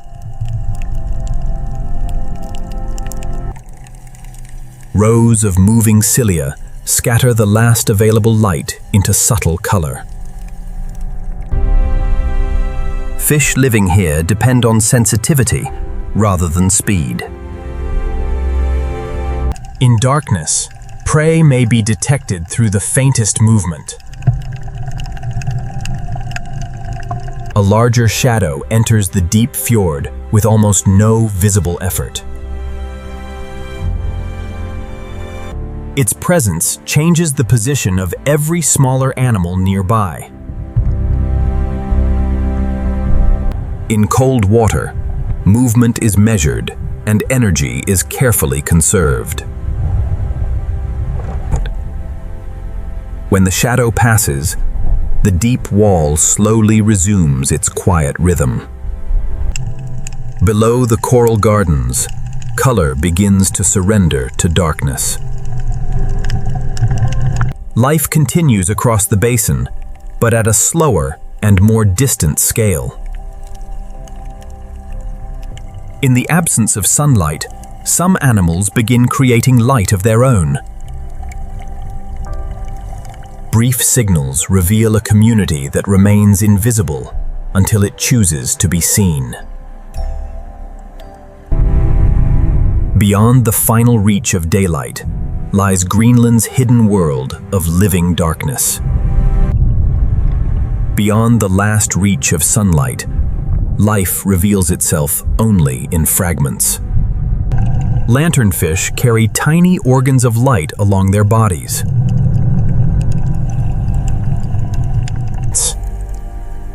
These signals may help individuals recognize one another in complete darkness. Together, they form a drifting constellation beneath the Greenland fjord. And as conditions change above, some begin a slow ascent through the darkness. By adjusting its glow, the fish can soften its silhouette from predators below. In darkness, the absence of a silhouette can mean survival. Large eyes gather the smallest traces of available light.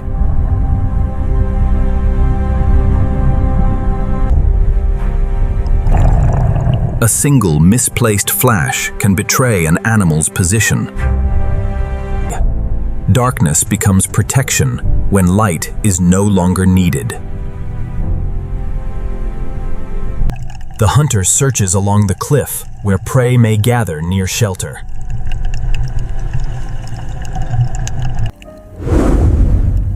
Smaller animals retreat before the predator arrives. Once the danger moves on, hidden feeders return to the current.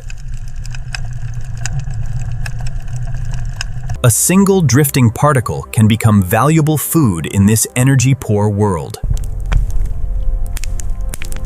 Some hunters are nearly invisible, built from transparent tissue. Stillness is followed by a strike, too fast for the eye to follow. Some deep-water animals are colonies rather than single individuals. Different members of the colony perform feeding, movement, and defense. Its fragile appearance hides a highly organized living system. A disturbance triggers a warning flash through the colony. The water itself responds when disturbed.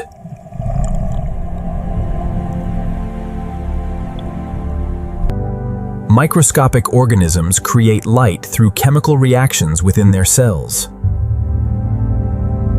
For a few seconds, movement becomes visible as light.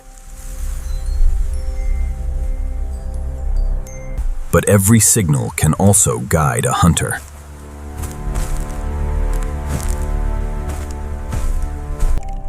Along the wall, an eel pout waits inside a shelter carved from stone.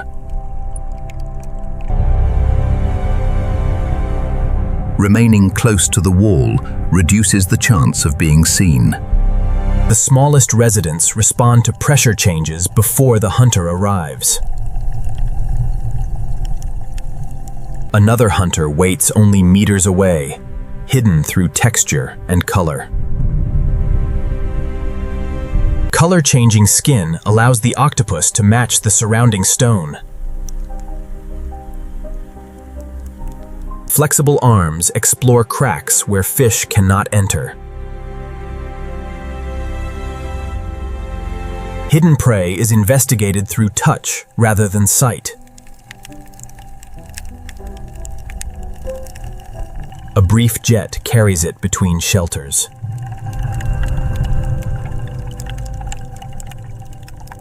Away from the wall, soft-bodied drifters dominate the open darkness.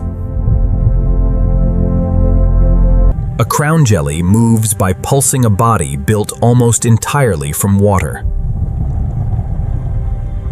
Small grazers move close to danger while following the same currents.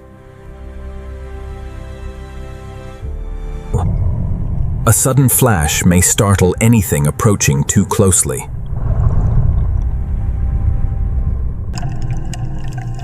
The warning lasts only long enough to alter the encounter. From the productive surface, a continuous rain of organic material descends. Each fragment may feed several animals before reaching the bottom.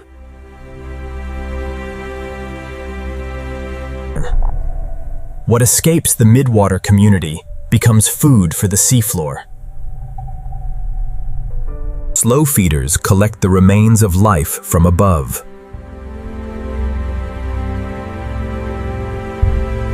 Delicate arms harvest particles before they settle.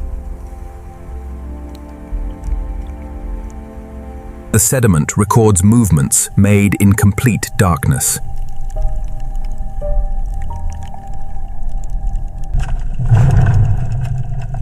Some predators hide by becoming part of the seafloor. Patience allows the hunter to wait without spending energy. A strike lasts only a moment before the bottom becomes still again. Then, one of the fjord's largest shadows returns. In the cold, efficiency is more valuable than speed. This ancient hunter is adapted to a world where energy arrives slowly. Its presence alone changes the shape of the community around it. The darkness closes again after the hunter passes. Far above, a trace of daylight marks the path back toward the surface. Some deep-water fish begin moving upward as the surface enters its dimmest hours. Nearer the light, larger hunters wait for prey rising from below. The boundary between darkness and light becomes a feeding frontier. A change in pressure or movement warns the school before it enters danger. With ETH meter, color slowly returns to the water. Above the world of living darkness, plankton begins attracting much larger travelers. As summer abundance returns to the upper fjord, Greenland's great whales begin to arrive. As summer abundance gathers in the upper fjord, the great whales return from distant oceans. A body built for migration now enters its most important feeding season. After months of travel, the fjord offers cold water rich with food. A single breath announces the arrival of one of the ocean's greatest travelers. Across the fjord, more whales follow the same seasonal path. Their destination is determined by the movement of small schooling fish. Currents and underwater terrain concentrate the fish into dense, moving bands. The smallest grazers remain the foundation of this seasonal abundance. From the sky, seabirds reveal where the fish have gathered.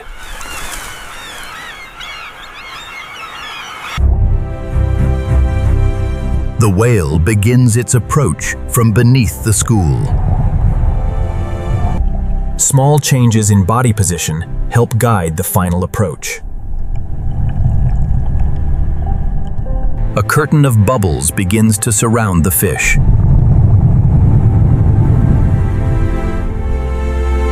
Unwilling to cross the rising bubbles, the school gathers into a smaller space.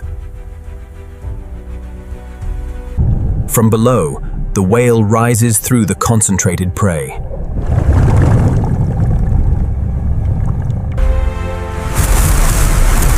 For a few seconds, the quiet fjord erupts with movement.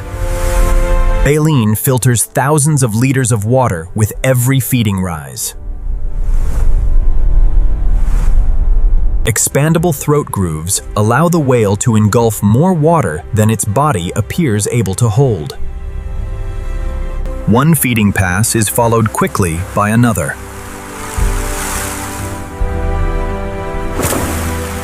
Another whale joins the hunt, increasing the pressure around the school. Together, the whales turn open water into a carefully shaped feeding ground. The birds exploit every fish driven toward the surface.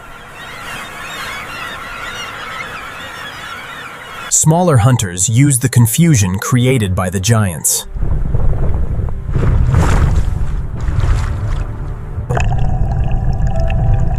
A trail of bubbles becomes a temporary corridor for the hunt. Not every whale feeds in the same way.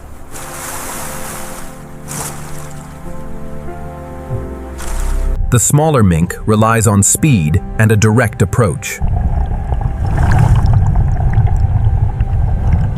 A sudden burst allows it to gather prey before the school can react. Beyond the ice field, a fin whale enters deeper water. Built for sustained speed, the fin whale can cross the fjord with remarkable efficiency. Uneven jaw coloration may help confuse prey during a feeding turn.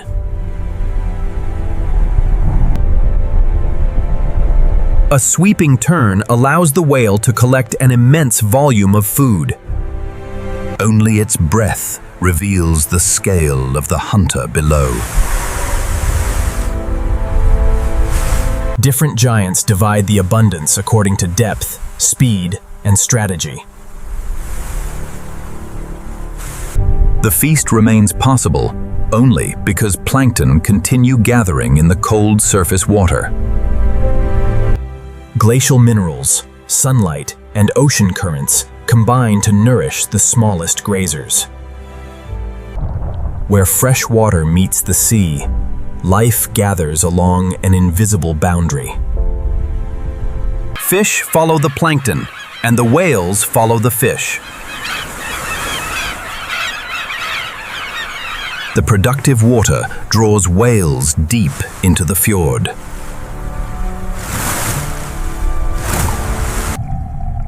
Layers of fresh and salt water bend light around the whale's immense body. Scars carried across the ocean record years of migration and survival. Every whale carries markings as individual as a fingerprint.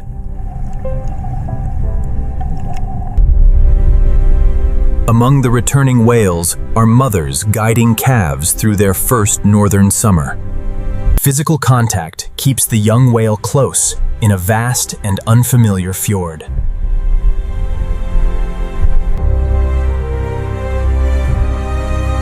Milk provides the energy needed for rapid growth.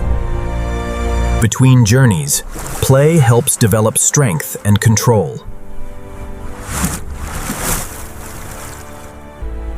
The mother's body becomes both guide and protection.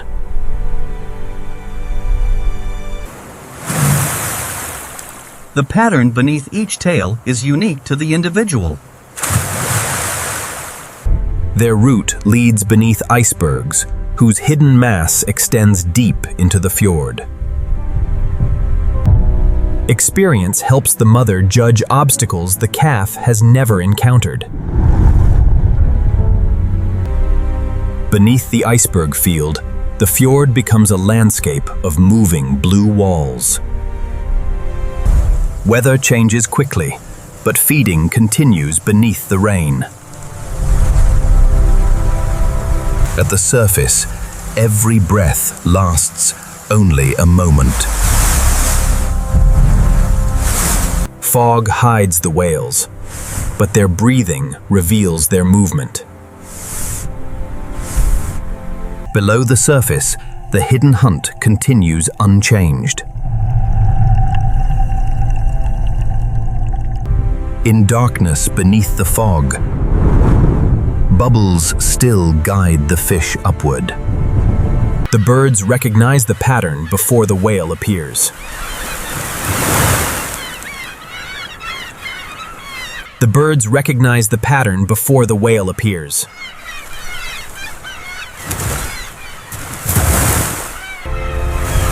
Once again, the hidden fjord erupts into life. When the mist clears, the true scale of the gathering is revealed. For a brief Arctic season, the fjord becomes one of the richest feeding grounds in the north. Ahead, wind, tide, and ice are preparing an Arctic feast on an extraordinary scale. Ahead, the narrowing channel concentrates an entire season of Arctic abundance. Tide, stone, and ice combine to guide the fish into a natural trap. The school moves as one, searching for a path through the crowded water. Beneath the surface, the current grows faster as the channel narrows. At the smallest scale, plankton is carried toward the same gathering. Small fish follow the drifting food until the channel leaves them little room to escape. The first hunters arrive from the sky.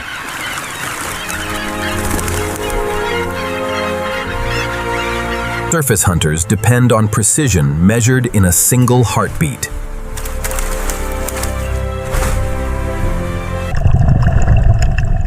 Different birds divide the water according to their own abilities.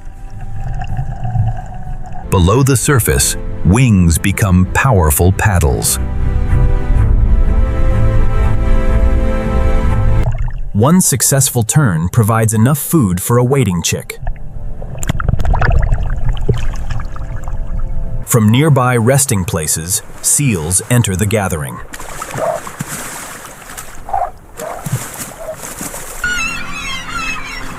A quiet descent places the hunter beneath the surface activity.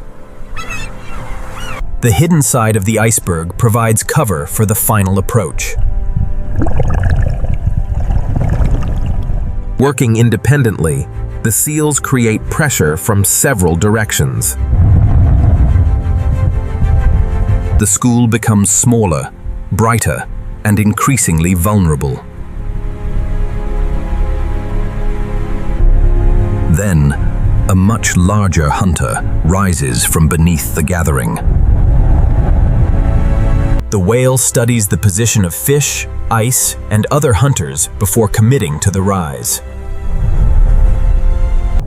A rising curtain of bubbles begins to reshape the school. The birds recognize the invisible pattern forming below. From the darkness, the whale begins its final ascent.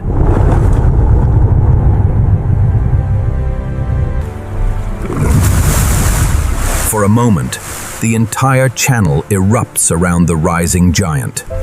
Baleen separates food from an immense mouthful of seawater. The whale descends as the surviving fish begin to regroup.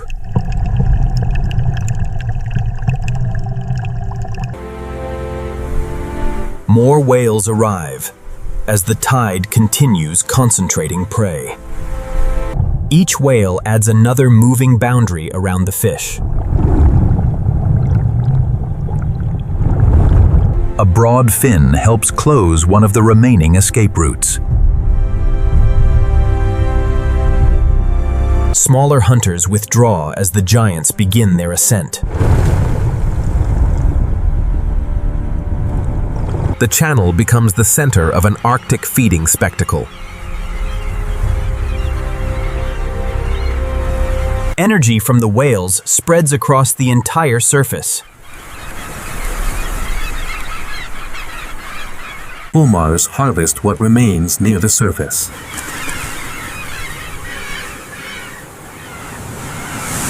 Below, seabirds continue the hunt after the whales have passed. Seals exploit the confusion before the school can reform. Breaking into smaller groups reduces the danger of remaining in one dense mass. Some fish escape toward water too shallow for the largest whales.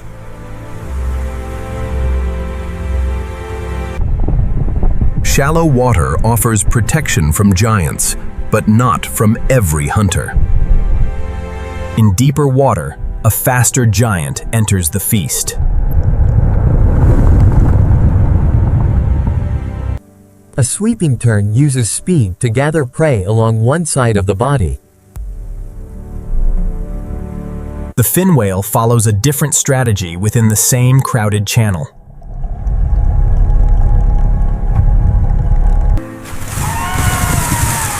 Its speed carries it quickly beyond the center of the gathering. Closer to shore, the smaller mink searches where larger whales cannot easily turn.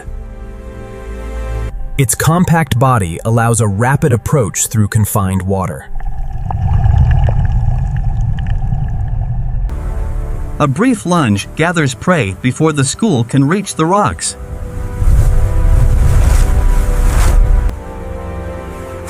Every depth and corner of the channel is occupied by a different hunter. Fog hides the movement, but cannot hide the sound of breathing giants.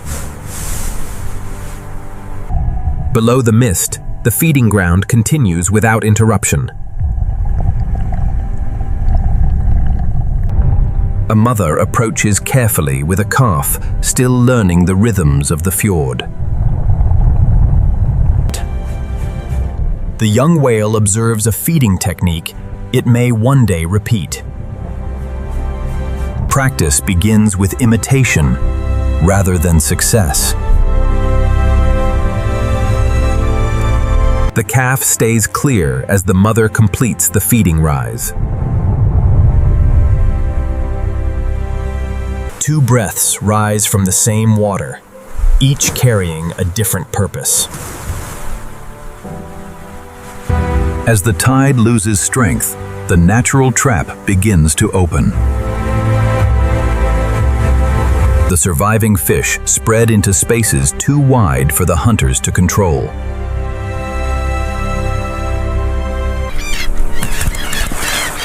The sky slowly empties as the feast begins to fade.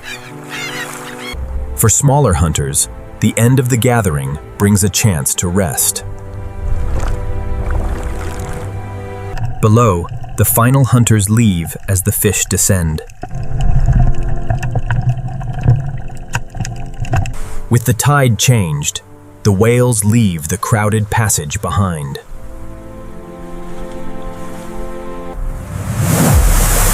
A final dive marks the end of the Arctic feast.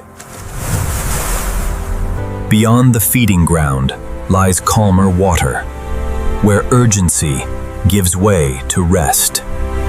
With hunger briefly satisfied, Greenland's giants reveal a more playful side of life. With the urgency of feeding behind them, the whales enter a quieter chapter of the Arctic summer.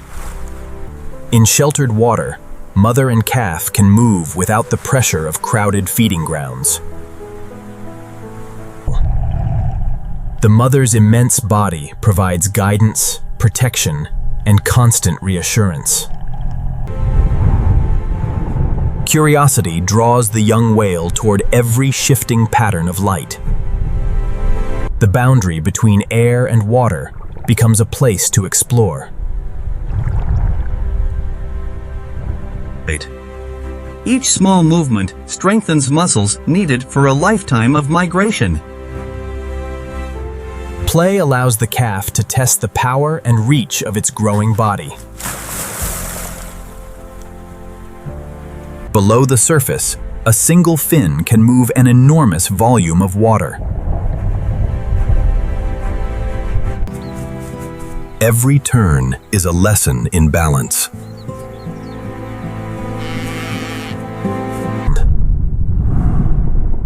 The mother adjusts her pace to the needs of the young traveler. Bubbles become another object of curiosity in the quiet fjord. The young whale investigates a world shaped by its own movement. Other families also seek the shelter of these protected waters. The fjord becomes a temporary nursery along the migration route. Young whales are drawn toward others of similar size and energy. Shared movement becomes a form of practice.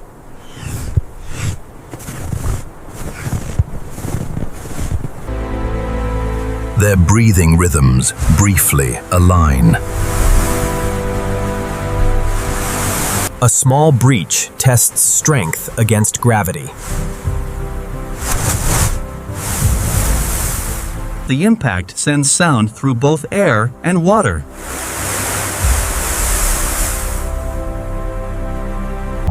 Beneath the splash, control returns almost immediately.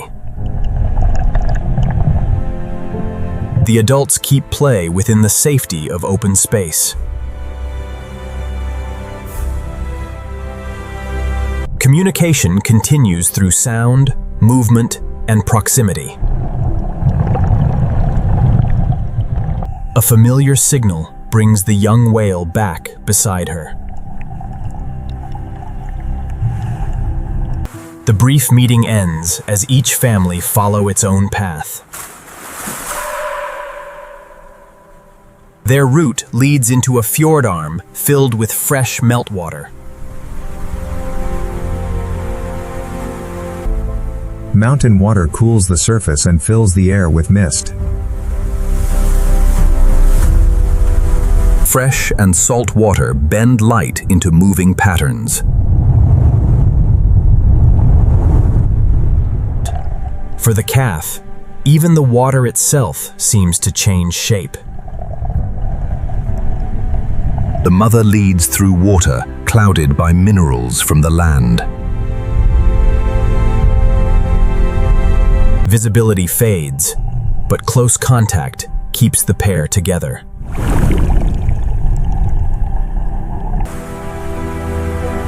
Beyond the meltwater cloud, clarity returns. Floating ice becomes another unfamiliar object to investigate. Most of the obstacle remains hidden beneath the surface.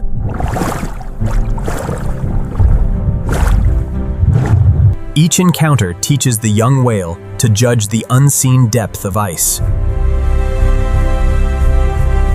Other whales gather in the calm basin to rest between feeding journeys.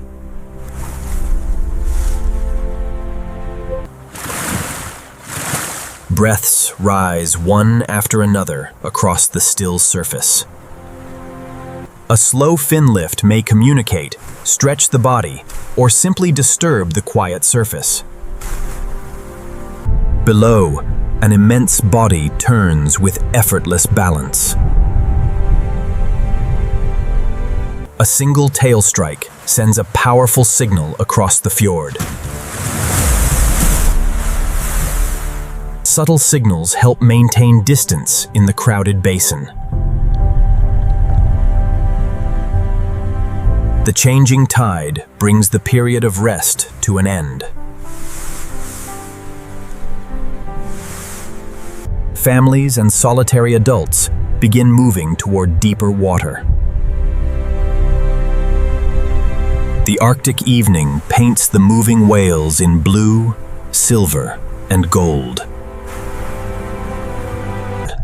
Even the simplest dive must be learned through repetition.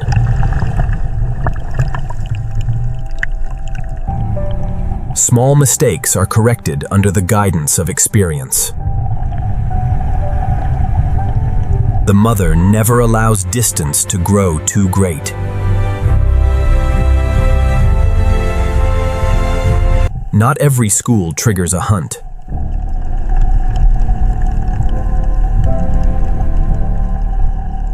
For now, movement and care matter more than feeding.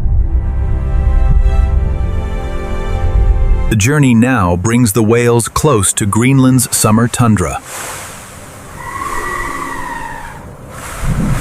Above the sea, another world has emerged from winter.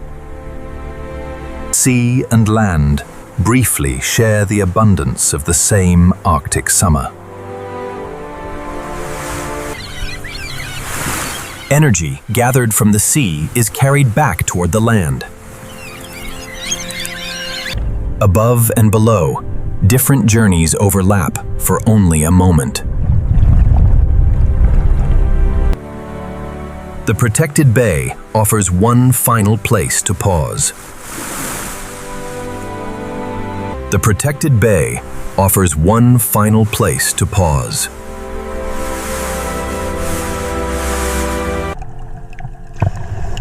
Young whales rest in short intervals while remaining close to the surface. Below them, coastal forests move continuously with the tide.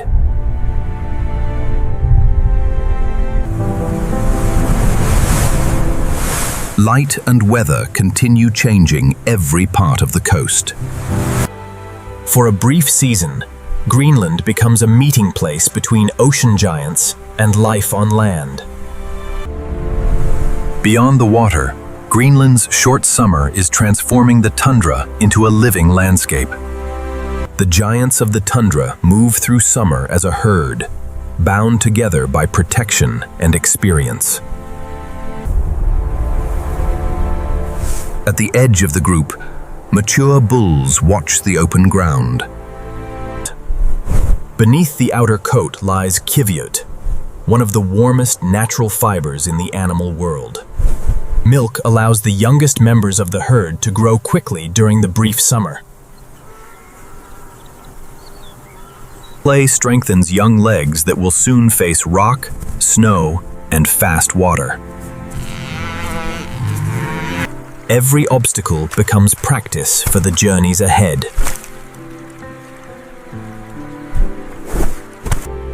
The herd follows scattered patches of the most nutritious summer growth.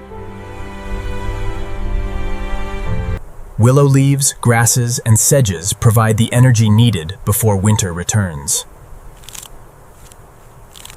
The most valuable plants grow low and close to the warming ground.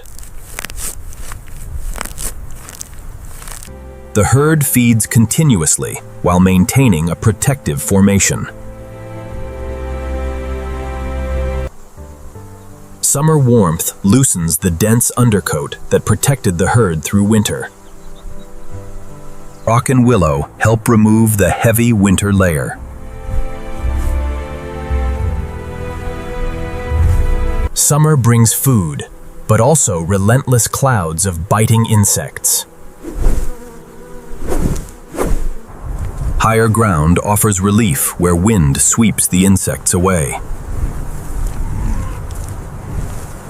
From the ridge, the animals can see across the valley and feel every change in weather. Young animals use the bodies of adults as living windbreaks. Old snow offers relief from heat and insects during the warmest hours. For the young, every change beneath the feet must be learned. Even the herd's passing becomes part of the summer landscape. Fresh grazing lies beyond another barrier of cold water. Experienced adults approach the crossing first.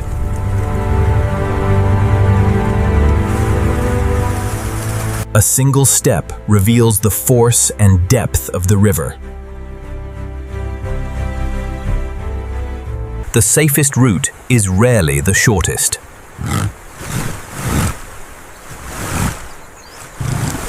The strongest animals break the current for those following behind.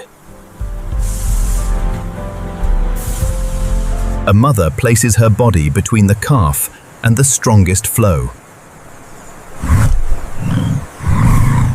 Short legs make even shallow channels a serious challenge. The braided river divides one crossing into many. The youngest traveler reaches solid ground.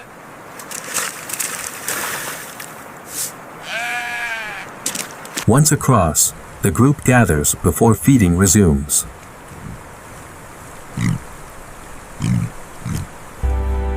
Wet meadows produce some of the richest grazing in the valley. While the calves rest, the adults rebuild energy lost during the crossing. Within the meadow, even a small dry rise becomes a place of safety. Summer calm can disappear within minutes.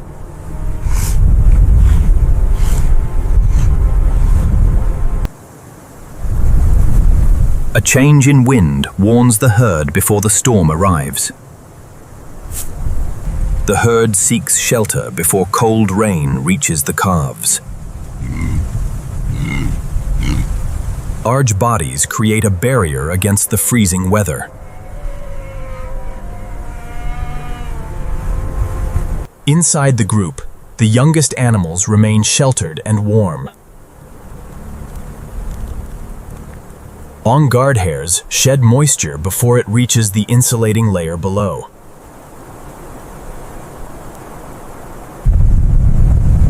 The herd waits together while the storm crosses the tundra.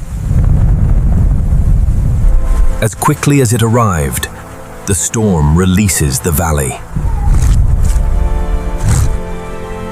A powerful shake removes water held among the outer hairs.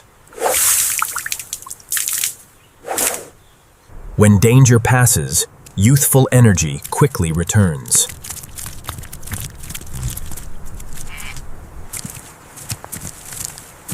Rain revives the low plants that sustain the herd. Summer offers variety, from tender leaves to slow-growing lichen.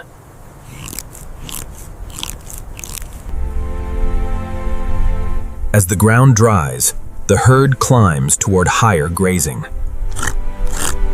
The young learn to read difficult ground by following older animals. The pace of the herd is often determined by its youngest members. From the plateau, Greenland's land, ice, and ocean appear as one connected world. Rest allows the herd to process the plants gathered throughout the day.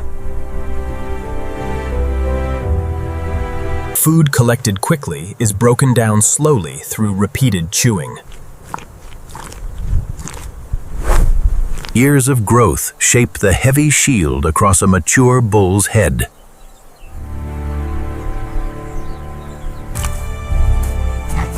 As summer advances, tension grows between mature males. Size and posture communicate strength before physical contact begins. A parallel walk allows rivals to compare size and confidence. Signals become stronger as neither male chooses to retreat. Distance turns body mass into force.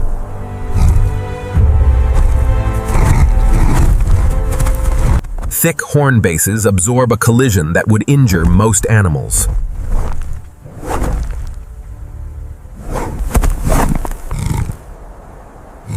After each clash, both rivals reassess the contest. The confrontation ends when one rival yields without serious injury.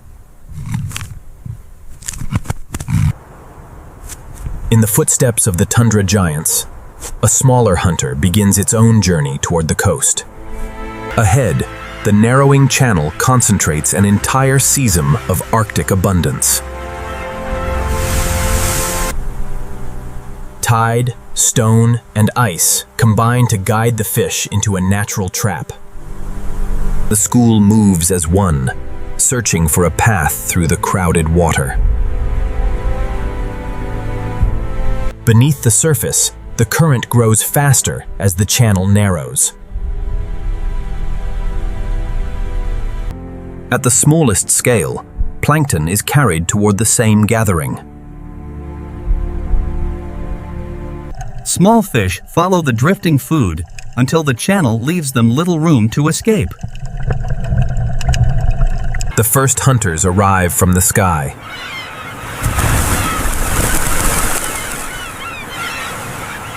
Surface hunters depend on precision measured in a single heartbeat.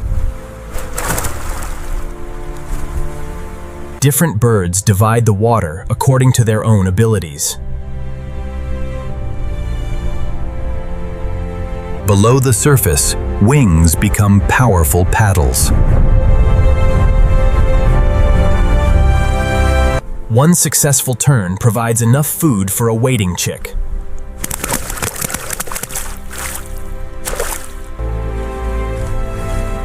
From nearby resting places, seals enter the gathering.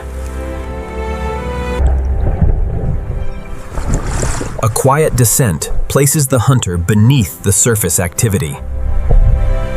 The hidden side of the iceberg provides cover for the final approach. Working independently, the seals create pressure from several directions. The school becomes smaller, brighter, and increasingly vulnerable.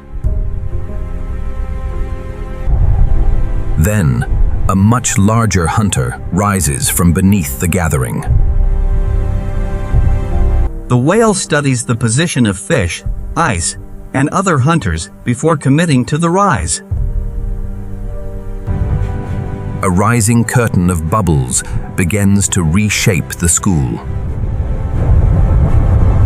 The birds recognize the invisible pattern forming below.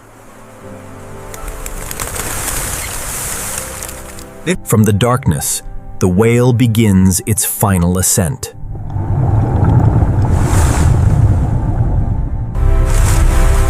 For a moment, the entire channel erupts around the rising giant. Baleen separates food from an immense mouthful of seawater. The whale descends as the surviving fish begin to regroup. More whales arrive as the tide continues concentrating prey. Each whale adds another moving boundary around the fish.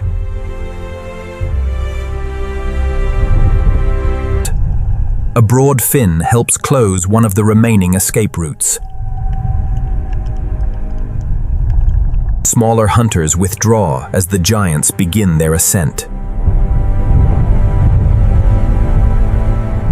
The channel becomes the center of an Arctic feeding spectacle. Energy from the whales spreads across the entire surface. Fulmars harvest what remains near the surface.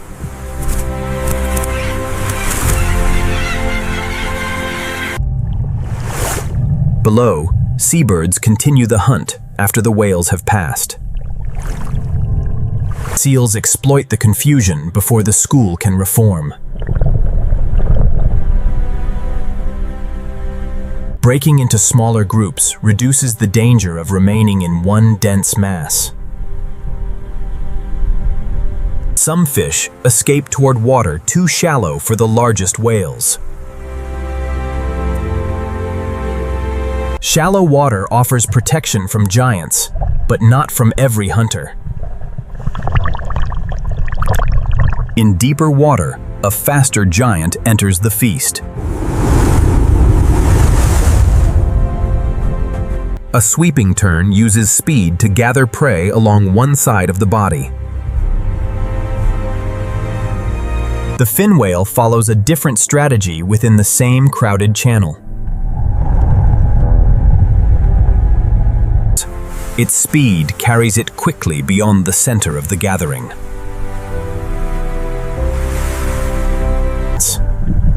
Closer to shore, the smaller mink searches where larger whales cannot easily turn.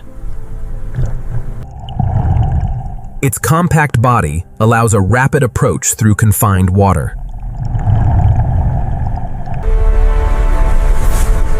A brief lunge gathers prey before the school can reach the rocks. Every depth and corner of the channel is occupied by a different hunter. Fog hides the movement, but cannot hide the sound of breathing giants. Below the mist, the feeding ground continues without interruption. A mother approaches carefully with a calf, still learning the rhythms of the fjord. The young whale observes a feeding technique it may one day repeat.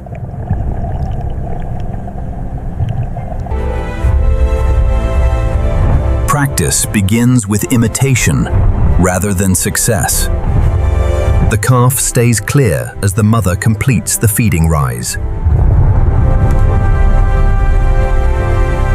Two breaths rise from the same water, each carrying a different purpose. As the tide loses strength, the natural trap begins to open. The surviving fish spread into spaces too wide for the hunters to control.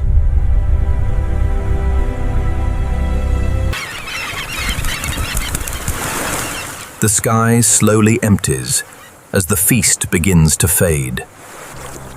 For smaller hunters, the end of the gathering brings a chance to rest. Below, the final hunters leave as the fish descend. With the tide changed, the whales leave the crowded passage behind. A final dive marks the end of the Arctic feast. Beyond the feeding ground lies calmer water, where urgency gives way to rest. With hunger briefly satisfied, Greenland's giants reveal a more playful side of life. With the urgency of feeding behind them, the whales enter a quieter chapter of the Arctic summer. In sheltered water, mother and calf can move without the pressure of crowded feeding grounds. The mother's immense body provides guidance, protection, and constant reassurance. Curiosity draws the young whale toward every shifting pattern of light.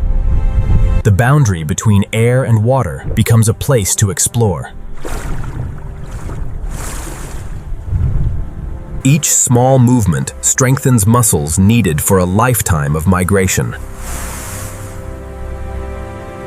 Play allows the calf to test the power and reach of its growing body.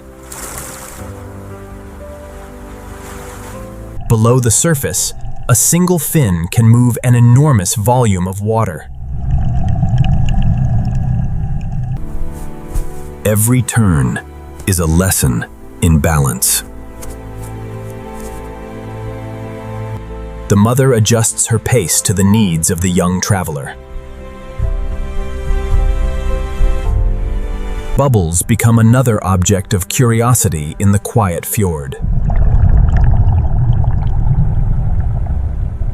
The young whale investigates a world shaped by its own movement.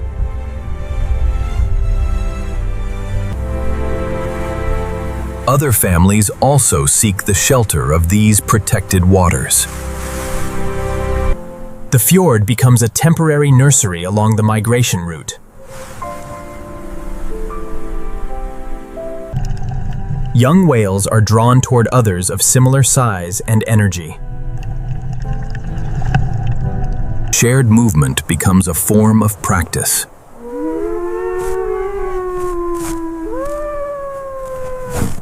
Their breathing rhythms briefly align.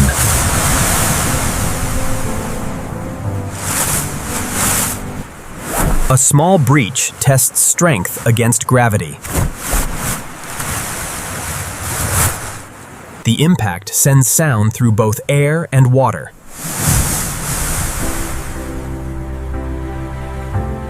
Beneath the splash, control returns almost immediately. The adults keep play within the safety of open space. Communication continues through sound, movement, and proximity.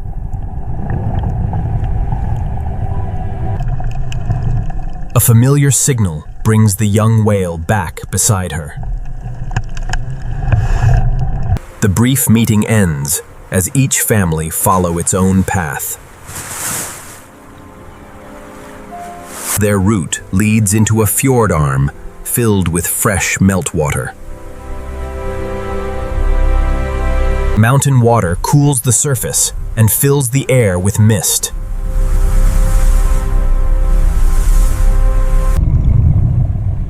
Fresh and salt water bend light into moving patterns.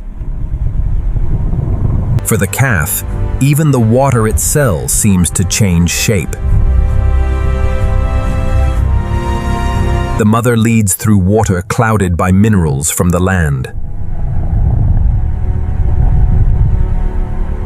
Visibility fades, but close contact keeps the pair together.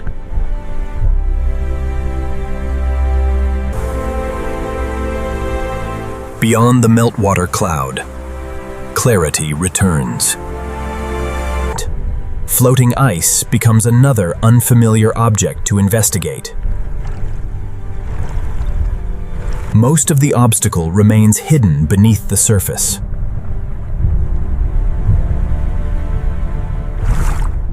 Each encounter teaches the young whale to judge the unseen depth of ice.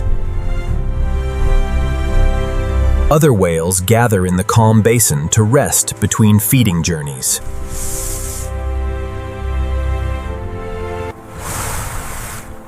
Breaths rise one after another across the still surface. A slow fin lift may communicate, stretch the body, or simply disturb the quiet surface.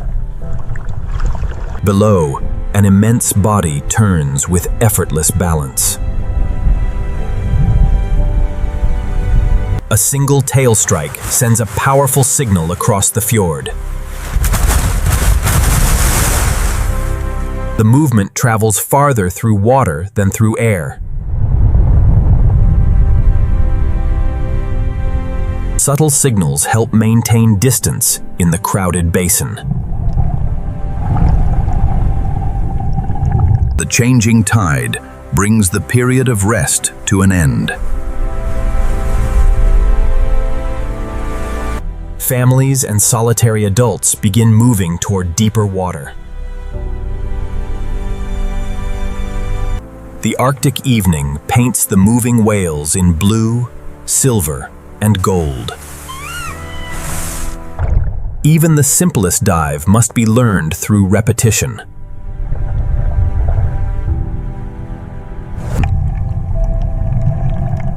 Small mistakes are corrected under the guidance of experience. The mother never allows distance to grow too great. Not every school triggers a hunt.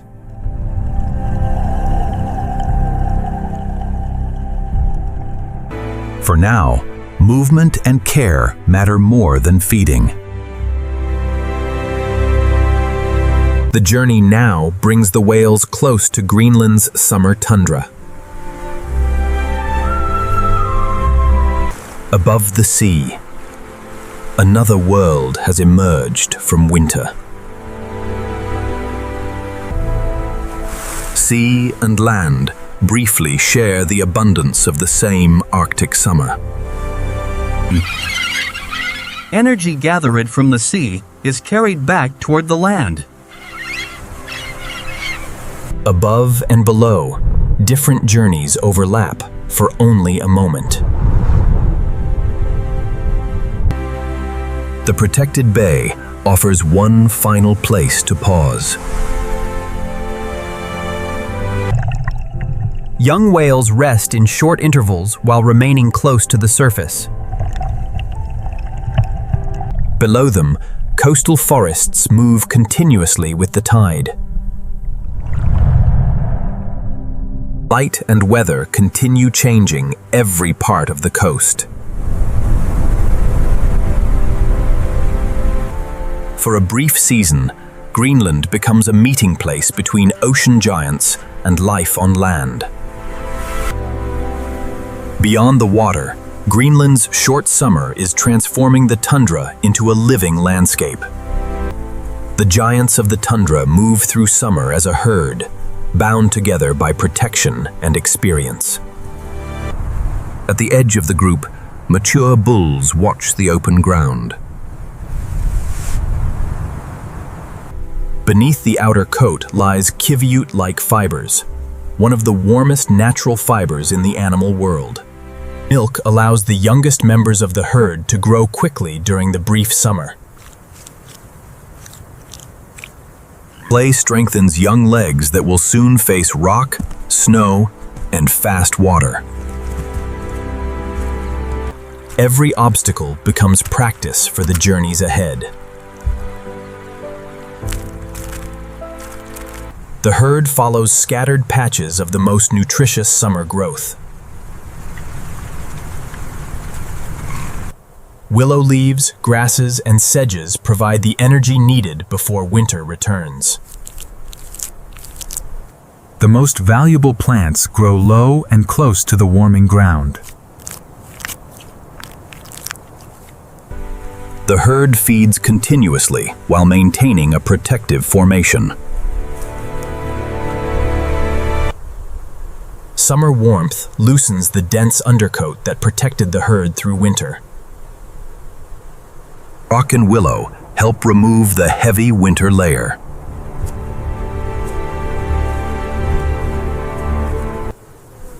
Summer brings food, but also relentless clouds of biting insects. Higher ground offers relief where wind sweeps the insects away. From the ridge, the animals can see across the valley and feel every change in weather.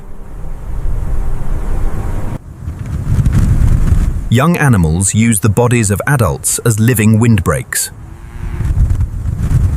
Cold snow offers relief from heat and insects during the warmest hours. For the young, every change beneath the feet must be learned.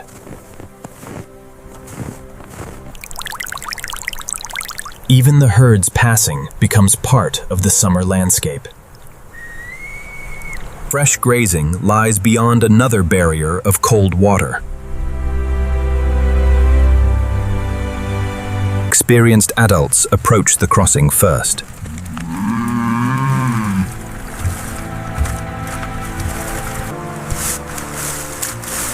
A single step reveals the force and depth of the river. The safest route is rarely the shortest.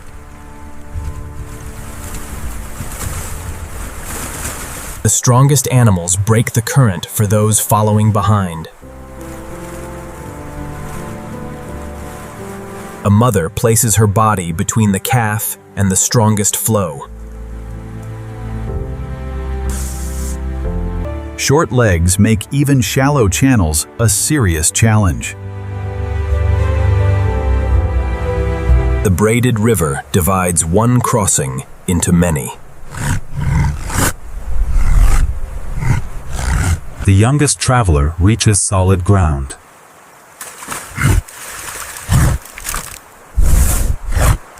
Once across, the group gathers before feeding resumes.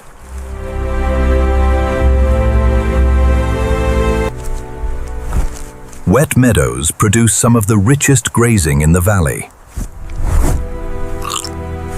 While the calves rest, the adults rebuild energy lost during the crossing. Within the meadow, even a small dry rise becomes a place of safety.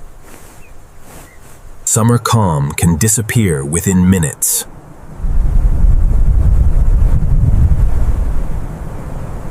A change in wind warns the herd before the storm arrives.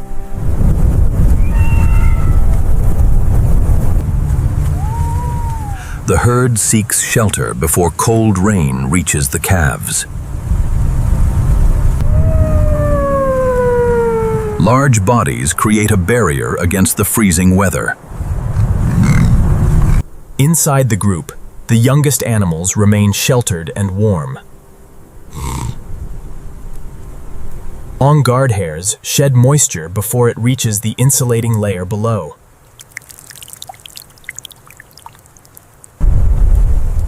The herd waits together while the storm crosses the tundra. As quickly as it arrived, the storm releases the valley.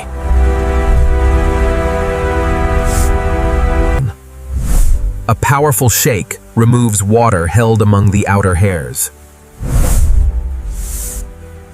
When danger passes, youthful energy quickly returns. Rain revives the low plants that sustain the herd. Summer offers variety, from tender leaves to slow-growing lichen. As the ground dries, the herd climbs toward higher grazing. The young learn to read difficult ground by following older animals. The pace of the herd is often determined by its youngest members. From the plateau, Greenland's land, ice, and ocean appear as one connected world. Rest allows the herd to process the plants gathered throughout the day. Food collected quickly is broken down slowly through repeated chewing. Years of growth shape the heavy shield across a mature bull's head. As summer advances, tension grows between mature males. Size and posture communicate strength before physical contact begins. A parallel walk allows rivals to compare size and confidence. Signals become stronger as neither male chooses to retreat. Distance turns body mass into force.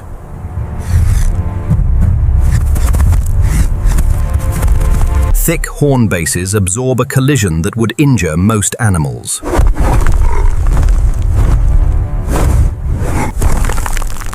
After each clash, both rivals reassess the contest.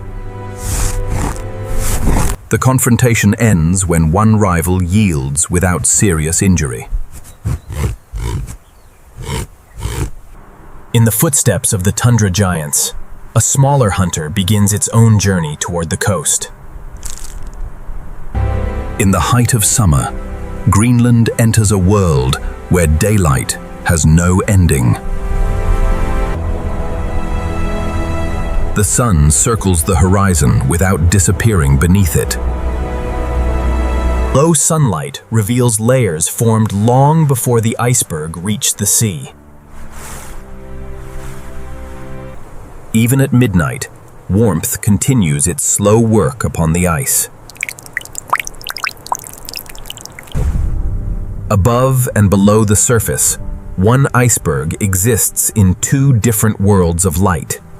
Continuous daylight reaches beneath the surface and extends the hours of feeding. Along the coast, underwater forests continue using every available hour of light. For coastal hunters, midnight differs little from afternoon. A breath at midnight rises into a sky still filled with color. The endless light lengthens every opportunity to rest and recover. At the bird cities, activity continues without the signal of night. Parents continue carrying food to chicks through every hour. Growth must be completed before summer closes.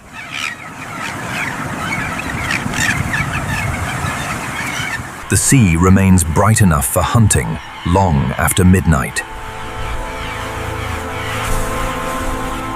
Below the surface, wings become paddles once again. Continuous light connects hunters across air, water, and ice. Along the fjord edge, the final hours of one day merge into the first hours of the next. The low sun creates gentle air currents along the heated cliffs. A precise dive continues the cycle between sea and nest. Marine energy travels inland on the wings of a bird. For the fox, endless light means both opportunity and constant exposure. A hunter adapted to darkness must now work beneath an unsetting sun. Where true night is absent, shadow becomes the closest substitute. Even the smallest movements become visible in the low-angle light. The search for food continues through the night that never arrives. Across the tundra, grazing continues under a sun that remains low but constant. The herd creates its own rhythm of feeding and rest, independent of darkness. Low sunlight transforms the heavy coats into moving fields of gold. From the heights, life on land overlooks giants moving through the sea. For migrating whales, the bright night becomes another hour of travel. A breath becomes visible only briefly before the Arctic air carries it away. Below the surface, sunlight becomes a moving ceiling. Whales rest in brief intervals, even while daylight continues. The young whale remains close, while its mother conserves energy. In calm water, play continues beneath the endless evening. The low sun turns every iceberg into a moving clock of shadow. Time is measured not by darkness, but by the direction of light. The landscape changes color while daylight remains. Mountain water carries the warmth of continuous daylight toward the sea. Even the narrowest stream uses the long summer light.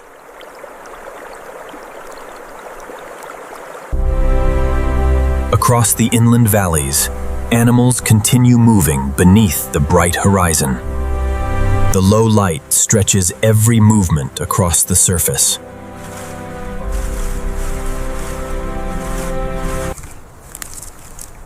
Young animals use the endless day to feed and grow. For hunters in the air, low light reveals the shape of the ground. Contrast between light and shadow exposes movement across the tundra. Even in constant daylight, every hunter must eventually pause. Camouflage remains essential when darkness never offers cover.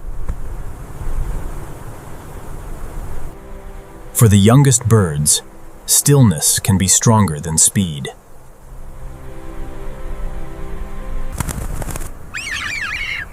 When the shadow passes, the hidden family begins moving again.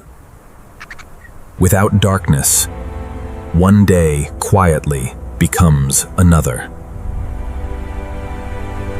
Color fades into clarity as the sun begins another circle. Continuous warmth slowly weakens the most exposed edges. Released from the larger iceberg, trapped air and buoyancy return the fragments upward. Even a minor change in the ice is felt across the quiet water. At the height of summer, open water reaches its greatest extent. Yet even beneath endless light, the first signs of change have begun. One red leaf marks the beginning of summer's decline. Cold begins returning first to places the low sun cannot reach.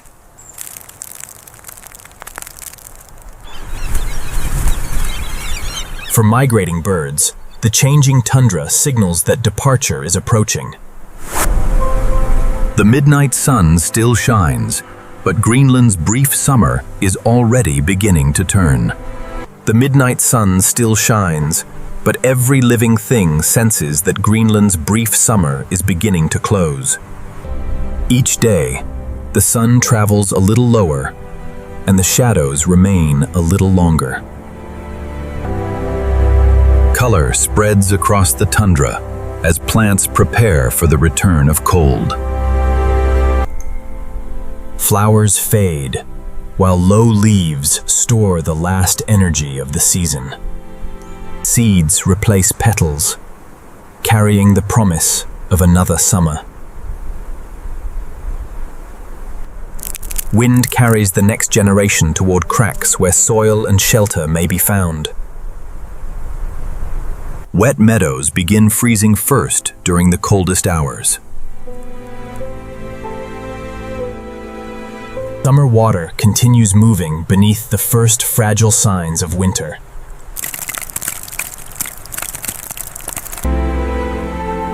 As temperatures fall, the great summer rivers begin to lose their strength. The current now carries the colors of the tundra toward the sea. As insects decline, migrating birds must feed with increasing urgency. Every remaining pocket of food may help fuel the journey south. Individuals gather into flocks before crossing oceans and continents.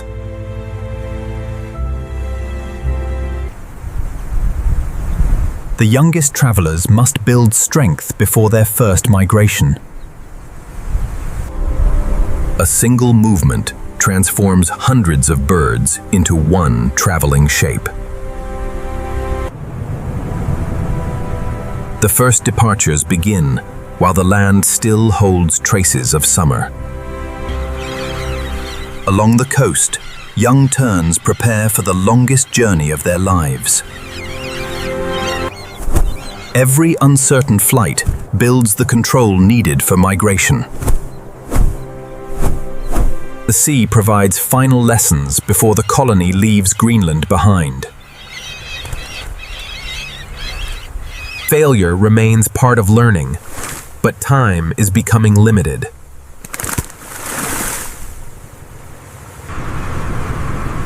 Wind and coastline help guide the first stage of the southward journey.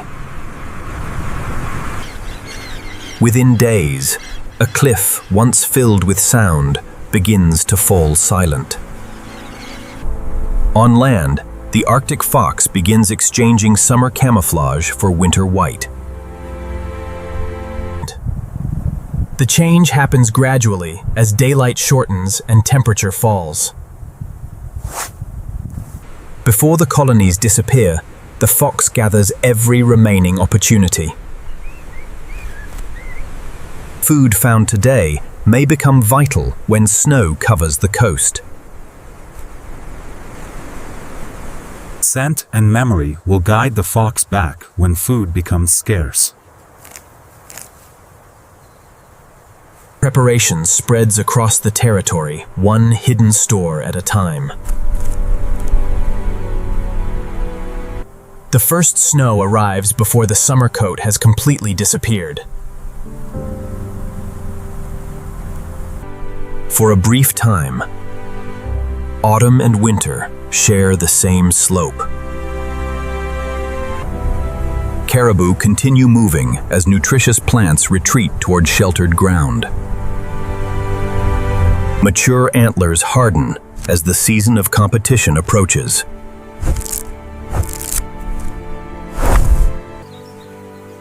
The soft covering is no longer needed once growth is complete. Calves must continue growing while every patch of green remains available. A denser coat begins protecting the young animal from colder nights. Across land and sky, movement becomes the dominant rhythm of the season. The last unfrozen wetlands become refueling stations before departure. Every mouthful helps build reserves for the journey ahead. When the wind turns favorable, the flock commits to the southern sky.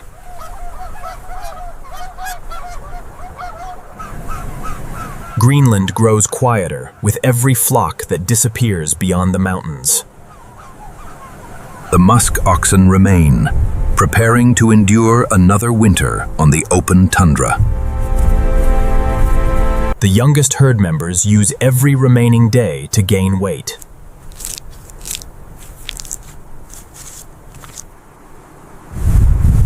The winter undercoat grows denser before the strongest cold arrives.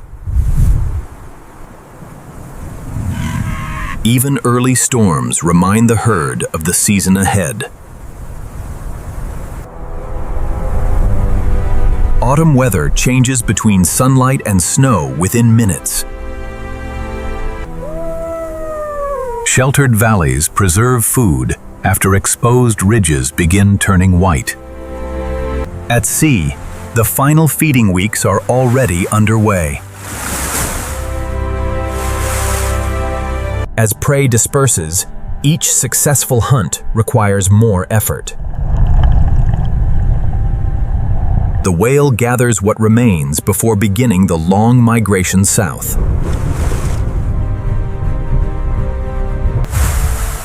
One by one, the great whales begin leaving the protected coast. The iceberg-filled fjord gives way to the open ocean.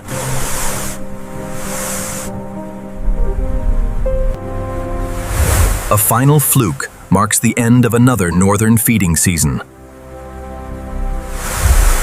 The coast feels larger as its summer visitors disappear. Resident hunters remain, while underwater forests begin changing with the season. Fallen kelp carries food and shelter into deeper coastal water. Seals move toward places where the first winter ice will soon provide cover. In sheltered water, the ocean begins freezing from the surface. Millions of microscopic crystals begin joining into a continuous layer. Across the bay, autumn and winter now meet along a moving boundary. As summer releases its final hold, the frozen sea begins to return.